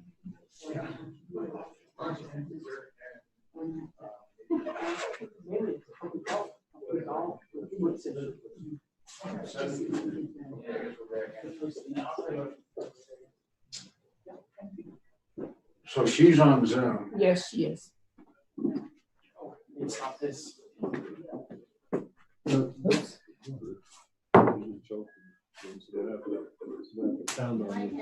She's waiting on us. She's on Zoom. Oh, She's all dining, huh? she was finishing. Is that yours or mine? I didn't have one. Oh. You're thinking of my blood sugar. I was trying to help you. Maybe I could get on there. So it's not gonna matter. I have to look at this anyway. So when we come back out, I have two things we need to talk about. Okay. This being one that we just signed. It needed to have in there, Gene Borrego just called, it needed to have in there,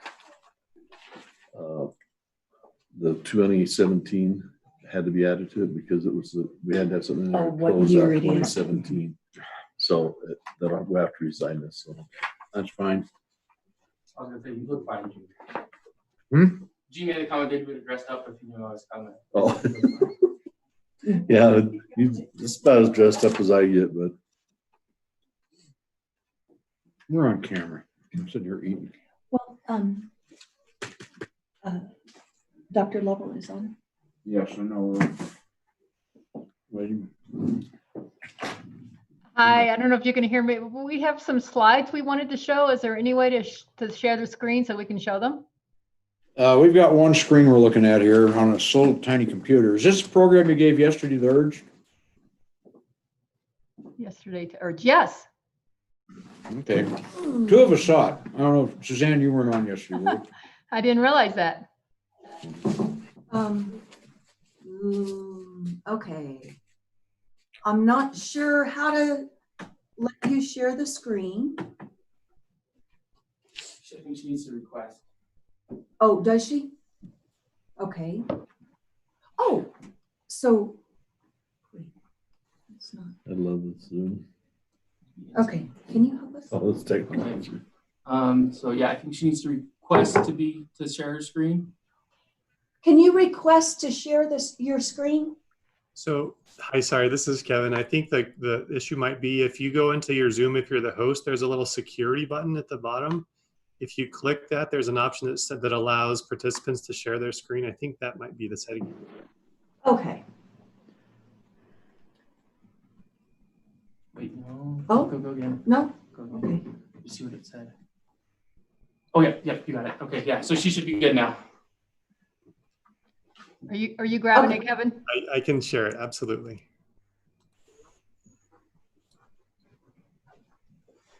Oh, there you go. Cool. Thank you all. And I'm sorry for the two folks who heard this yesterday. You can tell us if I didn't believe it was just yesterday though. Maybe it was, maybe it was. You can tell us if we missed anything. And if you maybe have thought about it, you have some additional questions for us, we'd appreciate it. But we're hoping to just let you all know what we're planning to do, what we've done to prepare our campus for the fall, for students to be here on campus, and really ask for your support in the process. So we have about 10 slides. It should take about less than 10 minutes, and then open to your suggestions and recommendations, because we value your input, because we know as a university, everything we're doing impacts the entire valley.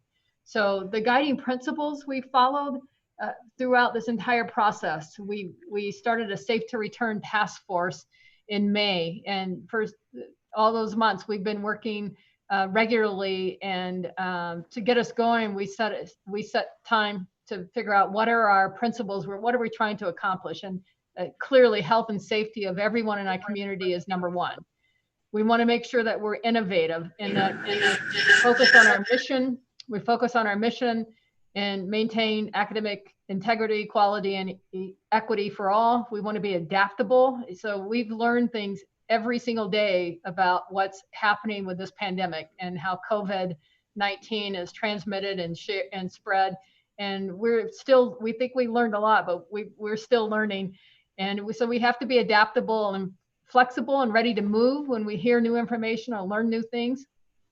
We know grizzlies are resilient, right? Grizzlies are strong, and our goal is to be resilient together and to deliver a positive impact. And we want to be a caring partner. Again, our institution isn't on an island by itself. We're surrounded by this gorgeous San Luis Valley, and everything we do really ripples out into the valley. So we want to make sure our plans are your plans, and you understand where we're going, and give us input and some reactions if you have questions about things or want to suggest some other alternatives. So that caring partnership is really critical to us. So we're starting fall semester. Wow, August 24th. In fact, students will be on campus moving into residence halls next Thursday. Our fall new student orientation will start on Friday, Saturday, Sunday, and then Monday, August 24th will be our first class session. And we're doing something a little different with our face-to-face undergraduate classes this fall. They're getting the entire semester's worth of time with faculty, time on content, time in class, but it's being condensed where some people will be having classes in the evening, on the weekends, because what we're trying to do is to have everyone come on August 24th and literally not leave. We're having classes on Labor Day. We're not having a fall break, and we're going to just move right through fall semester and end our face-to-face undergraduate classes on November 21st. That is the Tuesday before Thanksgiving. And then students will go home. They will do their exams remotely that next week, November 30th through December 3rd. And so after they leave on the 24th, they don't come back to campus until spring semester starts in mid-January. So we're trying again to eliminate the situations or minimize the situations where students are coming and going on a regular basis. We want them here, stay here, move through the semester, and then leave before Thanksgiving. Our Adams State Online, which you probably know is a division within Adams State University, all of those classes will stay the same timeline, same time frame. They're mostly like graduate courses, but we do have a significant number of undergraduate classes that are part of Adams State Online, and that keeps the same schedule. I mentioned we have this task force. I'm going to ask Kevin. Kevin Daniel is our Chief Information Officer, since he's the one that's always telling me how to do things through Zoom and telling me what button to push. He's our Chief Information Officer. He's also our Executive Director of Campus Infrastructure and Resources. And in that capacity, he has chaired our Safe to Return Task Force. So I'm going to ask Kevin to please. Thank you, President Lovell. Appreciate that. Again, my name is Kevin Daniel, and I had the privilege of starting at about mid-May of this year, pulling together our Safe to Return Task Force. For a little bit of background there, we pulled together 47 faculty, staff, and students to work through all of the different planning scenarios and things that we needed to get in place. That also included weekly conversations with our local public health departments, Valley-wide and SLB Health, as well as looking at all the guidance from the CDC, CDPHE, and anywhere we could get guidance on best practices. So I know some of you saw the presentation yesterday. I wanted to go through just sort of the highlights of the key components of what we've implemented. Social distancing is in place across all of campus. So classrooms are set up so people aren't sitting nearer than 6 feet to each other. We actually were planning on having our own mask requirement even before the governor's order came out for the mask and facial covering requirement. So we have that in place for all of campus. The one exception to that is when students are in their private residence hall room, they're not required to wear them then, but anytime, anywhere else on campus, they are required to wear their face coverings. Some other things that we've been putting in place, I've got a picture on the next slide that I'll show you. We've got hand sanitizing stations at the main entrance to all of our buildings. Additionally, in those same locations, we're implementing system monitoring and temperature taking stations so that everyone, faculty, staff, students, anytime they're coming through a building or coming into a building rather, they're taking their temperature, they're asked the questions if they are feeling okay, if they have any of those common symptoms, if they've been exposed to anyone that has is a known positive, because we're really trying to change the culture and introduce a culture of safety and personal accountability and responsibility, that people aren't feeling well, they don't come in and they take care of themselves. We'll have resources there for them to seek assistance if that does happen for them. And we're hoping that'll really help mitigate any risk of having someone come into our buildings that may be infected with the virus. We've also put in place a liability of risk that we're asking all students to read and acknowledge that they received. And that's really a good way for them to understand the requirements and guidelines that we have in place for them to keep themselves safe and for the rest of the campus as well.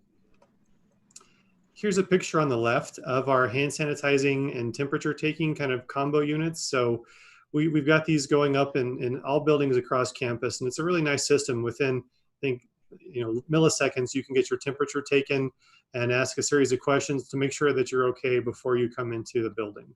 We've also put in place an online survey so that if we have campus visitors who want to come onto our campus, they can actually be asked those questions, and we're asking that they're self-monitoring temperature as well. And throughout the entire campus, we'll have information and posters that have guidance for any kind of situation that anyone may encounter. A few other things just to mention. Before employees return to our campus, we put out a pretty extensive employee return to the workplace guide. It talked about all of the best practices and safety guidelines they needed to follow.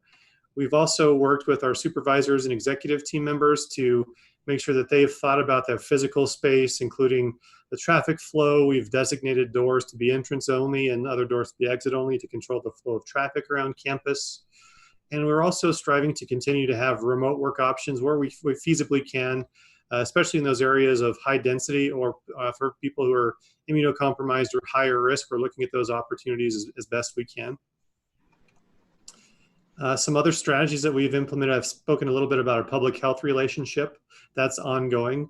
Our academic group has been working tirelessly through the summer to figure out all of the different options for fall instruction. We use a Blackboard learning management system that all courses have their content in. We've also been installing technology so that if a student who would normally be face-to-face was not able to come to class that day, they can actually stream and participate in the class directly live, or also get a copy of that recording of the class session afterwards. So we've put a lot of thought into as many options as we can to continue instruction and to keep everybody safe. Our facilities services department's done an excellent job of handling the sanitation. We've been installing no-touch options as far as faucets and looking for ways, safety glass partitions, anything we can do to make it a safe environment for all who are on our campus. A few more updates we'd like to share. We found out within the last week or so that the Rocky Mountain Athletic Conference has chosen to postpone all fall sport championships, as what that effectively means that we're moving all fall sports to the spring, with the exception of our cross country. That will still continue as planned. The next step that we're waiting to hear their guidance on is the winter sports. So we expect to hear more about that soon.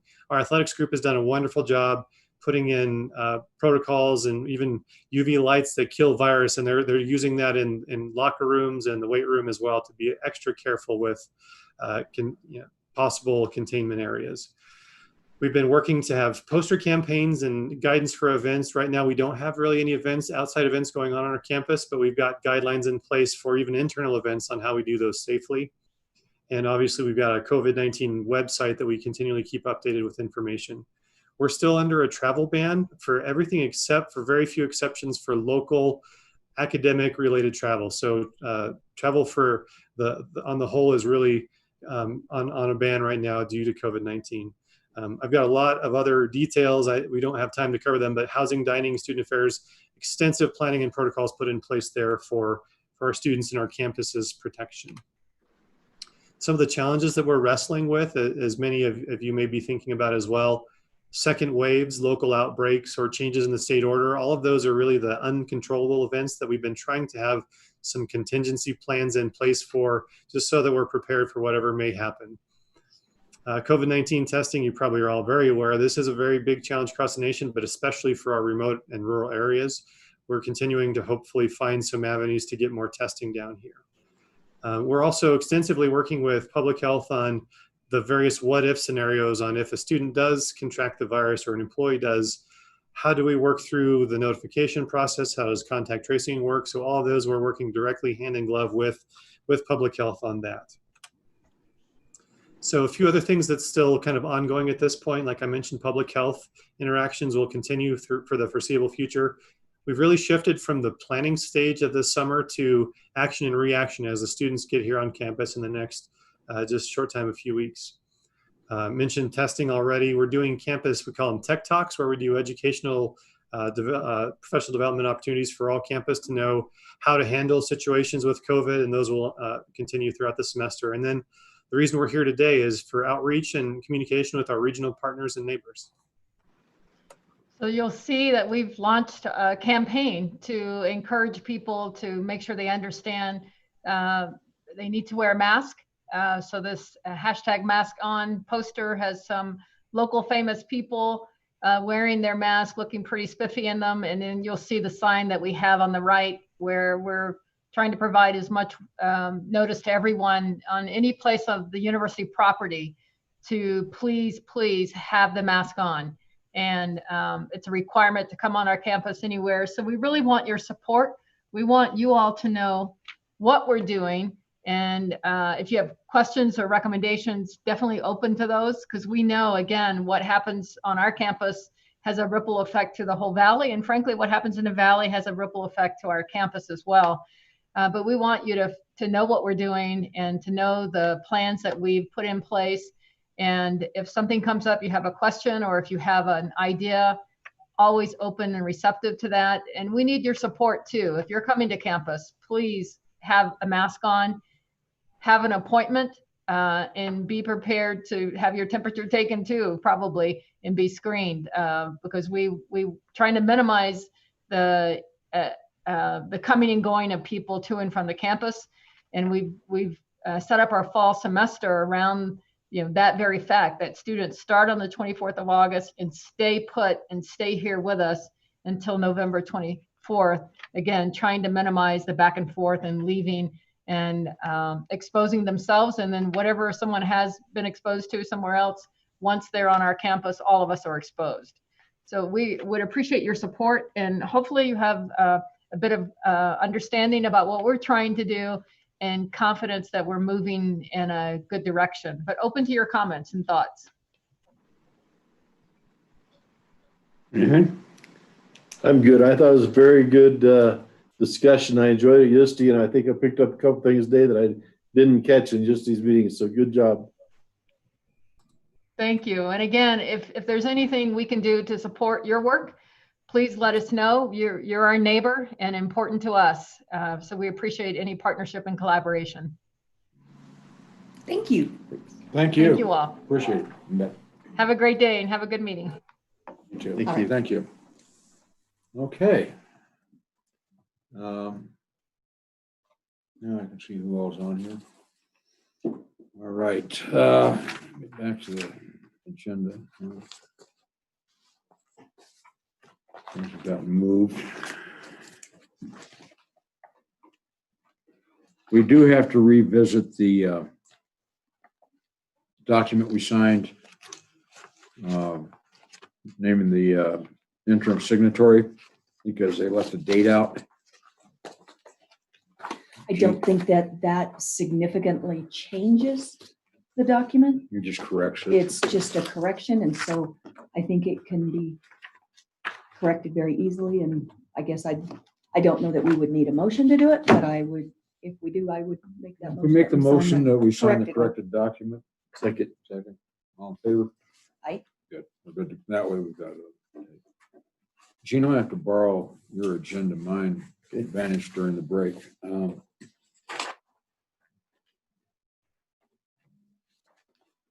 Thank you. So we're not going to have the executive session. You know what? Can we do it momentarily just for this? This is something that was out of a previous meeting packet that somehow got overlooked. Well, if we do, we have to log off and record. So we have to figure out how to do that. Yes. But I'm not sure we have to approve that in executive session. He's already authorized inside his budget to take care of that. And it's not anything out of the ordinary. So it doesn't need to even. I just think we can say he can do it as requested. It would be my thinking on it. Does that work for you? It would be fine with me. Okay. Yeah, it makes total sense. Okay, somebody just make the motion that we approve Amanda's request. And we can. I would make the motion that we approve the request for a wage increase in the weed department, Okay. Custom District Department. Second, okay. Any objections or discussions? Suzanne, you're sitting here. Do you think that sounds appropriate that we're doing that? Is it for the supervisor or No, the it's spray operator? it's for one of the employees, as they've had changes and one person's taking on more responsibility. Oh, no. That's fine. Okay, so we have a motion and a second. All in favor? Aye. Aye. All right, so thank you. We got that taken care of. And then we'll let Bobby know that that has been done so she can take, or, you know. Yeah, you have the form there, or no? It was It's a an email request. letter I request. can let you have this one, Suzanne. Okay, just so, I think it needs to go in the Just- payroll. I just wrote that on the Yes. bottom. Right. actually. That's why I was thinking we needed to do that today, so it could Thanks. go on this No, I'm month's glad you payroll. did that. It Yeah. was, And since they're all oh, you're part-time right. or You're seasonal They're employees. seasonal you're good. workers. so- Yeah, I don't know what else is on there anyway. Well, I think that's it. Commissioner and Administrator updates. You heard me talk about the railroad, what it is. We got a deadline. Suzanne, you've been outside the loop on the railroad bankruptcy thing. So Yeah, someday when you have a week, I'll explain it all to you. But right now, well, I don't think it'll be anything that I need my hands touching during this period, so. it's all lawyers. Ryan's Yeah. involved and I'm I involved. just heard bits and pieces of it through various times, so. It is moving along. They're working with the bankruptcy trustee who has, there's some tussles inside that. So they're trying to figure out how to get him into the right corner. The big thing right now, just for your information, and it won't affect us necessarily directly, is they're paying $21,000 a month for a dispatch service they don't need. They were paying that before for the whole railroad operation, all 9 railroads at the time. And they're still paying it, but it's all on this railroad. So it's sucking out $240,000 a year, which is about 10% of the gross revenue for the freight. And it happens to be the guy who's getting the money is on the board of Iowa Pacific and working with the trustee. And so Ed Burkhart, who owns the San Luis Central Railroad, has been throwing a tantrum every time he's on a call about they're bleeding this money out of the system, which is going to come from the creditors. But the sense is it doesn't affect the county. But it does affect other creditors, and there are a lot of them in the valley. So it's information only. The deadline for getting the proof of claim is this Friday. Ryan's, you heard that conversation. Ryan's checking on that. For any other creditor, they've got to get online. We just don't know. We're already in line, and we were in line even without getting in line because of the taxes. Yeah. But there was a lot of vagary. And had this stayed in the Chicago court, we wouldn't have been in the line at all. We would have gotten nothing. And so that's the long and short of it. Summitville we've talked about. Did you get an email from Charlie Spillman on that? I did. And I I responded. can't find it. Oh. Well, I didn't. I don't know. I just saw it. And I don't know where it came from. But Charlie's, I thought I saw one. I was looking for it because I hadn't read it. And so I don't know what Charlie did. I didn't know. I was going to go look at my personal and see if it came through there. I think that's what, it's not on my, it's not on. Oh, it's not on the a county personal one. Okay. Yeah. But anyhow, Summitville, basically we've got everything done there that we had to do. The land transfer took place back in March. They actually signed it off on it. And we came out a little bit ahead on the game of where we were, several acres. So more to come, but nothing right now. You guys have anything on anything you're working on? I think, just a quick report on DSS. I think we figured out what that water leak's been on the roof for all these 100 years. Mhm. We fixed the one and there was another one cropped up, and then finding that one, we figured out where the leak was coming from initially. And so we have a guy that's going to repair it. It's not going to cost a whole lot to do it. So where's it coming from? Right where the evap line runs down from the big condenser on top. They didn't put a seal around the pipe through the membrane. Oh, jeez. It never wow. was sealed. Something simple. And what happened is when it rained hard enough, it built back up the trough that run down there. So he's gonna. It's an easy fix. He's gonna get it. So. Wow. You got anything? I've got a lot of things I'm working on. No, not coming up with anything newsworthy right now. Okay. So For our purposes, we're going to have a Board of Health work session next Monday, and we'll have the Board of Health meeting on the 26th in conjunction. Do you see anything else that needs to happen between now and then, other than I'm sure you're going to have some thoughts and ideas? Yeah, if I'm working on getting these job postings done, what's the range of salary you want put on them? We've talked about that. Because I don't know what any of them were making. I don't know what Emily or Danielle or any of them were making. So I don't know if you want, because I don't think the job descriptions, we used to not put the wages on it. We just put it if it was a step, but most of the the ones that were department heads, it was always negotiable. Because it wasn't really on the pay scale, because it's a little different than what the pay scale was. We talked about either not putting actual numbers in, depending on experience, depending on qualifications, or negotiable. Okay. Well, if you want to just do it that way, and then before we sit down and start looking at it, then you guys can come up with something.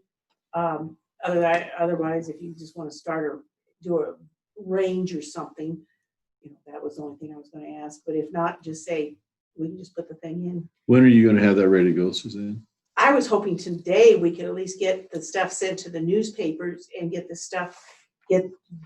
job descriptions, the applications on the only thing I was thinking about is we'll have to relook at the questions, but I guess whatever they've used in the past for questions on those individual ones, we could just let it go. And then if you have more, when you interview them, you can add to it, but at least you get some ideas. I think they're pretty general.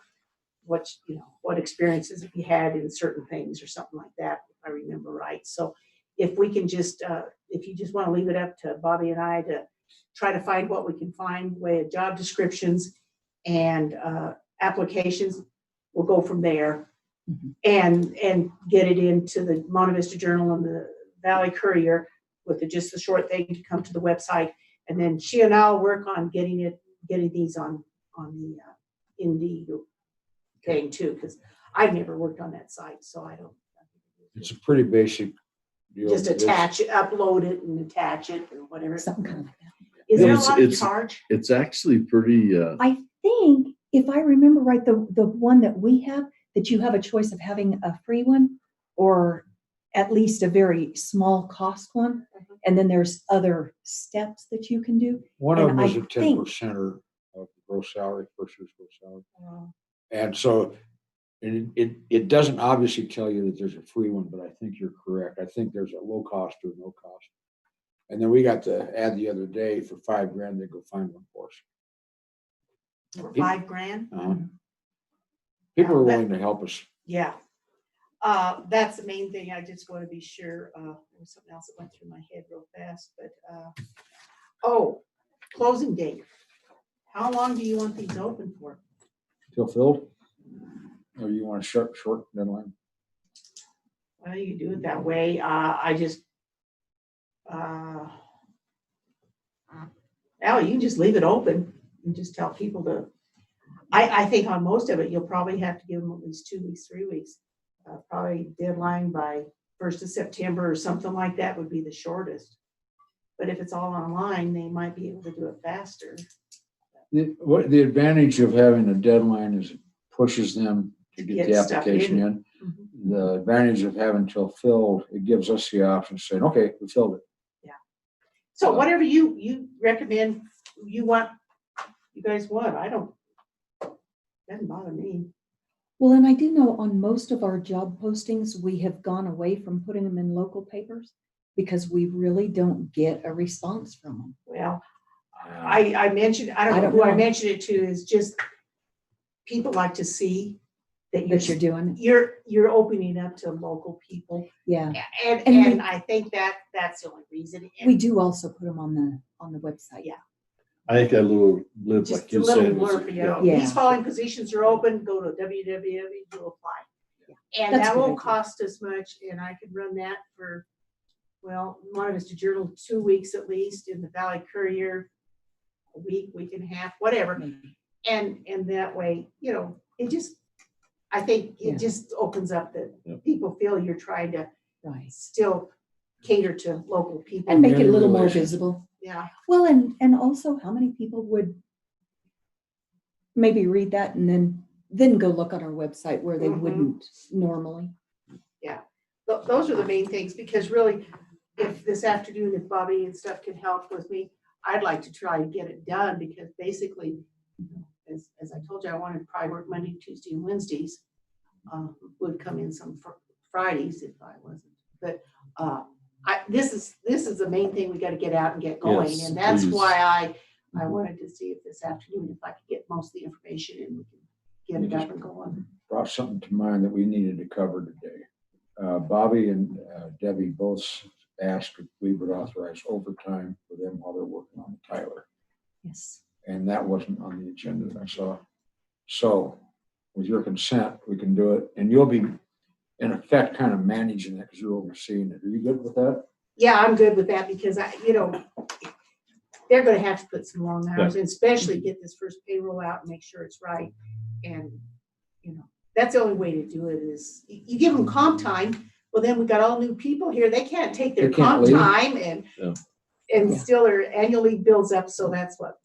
So I would make that motion. we've got a motion, second, that we would authorize overtime for our, whatever her title is, administrative assistant and accountant. I've seen her listed many ways. Pick a name. For Bobby. Yeah. Yeah. And for the purposes of doing the Tyler conversion and other items as needed. Do you know what else we didn't do is we didn't talk about a rate for Suzanne? Yeah, we did previous meeting, right? Did we, but I we just- didn't have a You didn't consensus. Really, Okay, I just well, said, one of the things we couldn't do it in the other meeting. In the open Right. meeting. Okay, so. so yeah, that was. But are you comfortable with the rate you discussed? The lower rate, Of course. of course. Yeah, I'll go ahead and do it for that. Okay. So again, if right now we can approve it, we're not going to executive session. We've already talked about it in a closed meeting. If you're okay with that, get it started, or we can come back and revisit it. Yeah. But we're going to need something before the end of the month because pay will be cut before we'll be approving that payroll on the 26th. The other thing we can do is have that conversation Monday. If you're comfortable right now. If you want the conversation Monday, that's fine too. I guess I want to be on the same page with you guys that right now it looks like it'd be about 7 weeks. So at the most, it would be capped at 140 hours tentatively. So you have an idea of what this is going to cost you if I can get a lot of things done faster or there's more stuff to do. But I figure 3 days, that's basically is that three days for 7 weeks, 21 days? Yeah. It's a little It's more okay. than 140. I mean, we're basically asking for a request for proposals without you even knowing what we're asking for. Yeah, yeah, it's this blue sky. Just keep things running and get things filled. But you know, I'm fine with that too. I mean, we can talk about that. But I wanted you to have an idea that, you know, about 140 hours. It gives us a pretty good idea. And if we need to, we can make adjustments. I mean, we can even go so far as if it comes to a crisis, we can call a special meeting and say 24 hours notice, do an executive session for personnel. If it's necessary, I think we should be able to handle it. Yeah. Just like this. And It came to my mind also is that August is when we need to publish the salaries in the minutes. And so we need to. Is it the last meeting of August? It's somewhere in July or August, and that's for the prior year's total, right? Or is it the first 6 months? I don't know. I got the book. I think it's the first 6 months, and that the one in February is the prior year's total. And You got one of these? we Have you read we it? do, I have. and that's by job And it's in description. actually, it's on my desk right now. And our old system used to kick it out, but did you just put it in the minutes? You don't publish it in the newspapers anymore. No. You just put it in the I minutes. think we just put it Yeah. in the minutes, yeah. Yeah, that used to be. And I wanted to Update just, salary spreadsheet in August, but it doesn't. I'm sure it has to be published yeah. if it's there. And yeah. I know it goes in the minutes. I don't know that it goes in the No, newspaper. lately, they've ruled, the last I knew, that you could do it through your web page. That was enough to publish it. And I overheard, or one of the Zoom meetings, you discussed why we weren't advertising or publishing the bills.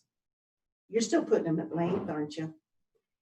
And I quit doing that probably 7, 8 years, 10 years before I left here. It was in the minutes, but we didn't publish because I think one of the last times I published, it was running between $15,000 and $20,000 a year just to do those.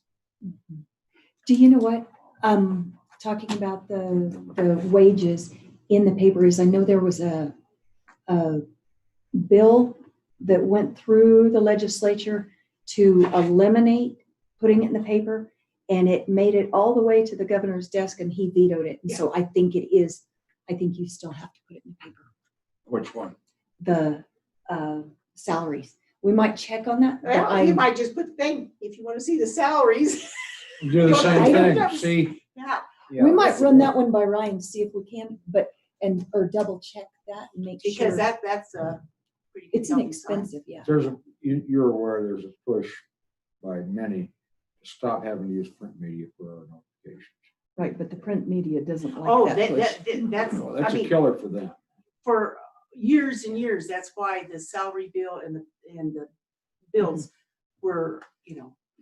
we get through the legislature or partway through, and then the publishing companies would, and I don't blame them. That's their bread and butter, But we might double check that one because because it was what, last year? Was it for counties only? Yes, I think so. I don't know. See, If I that's the thing, remember is right. you can't say counties, you gotta do this, but cities and schools and legislature, you don't have to do it. But If I remember correctly, it was just for counties, but that it got all the way to the governor's desk and he vetoed it. Do we have any other business for the meeting? I don't believe so. If that's the case, I'll take a motion to adjourn. So moved. So moved. Okay, did you push the button, Jim? He's ready. And it's you. the We're one, adjourned. not the one that says leave, it's the one that says finish or whatever the other option is. Because I think it's down at the bottom. You know what? This thing's asking for you, Suzanne. Yeah, I know. It knows my name, doesn't it? Yeah. anything that shows Suzanne on a computer, that's her. What? Not talking about you? I have an issue with this window. It opened, but now it won't close. Oh, I know how to fix Oh. everything.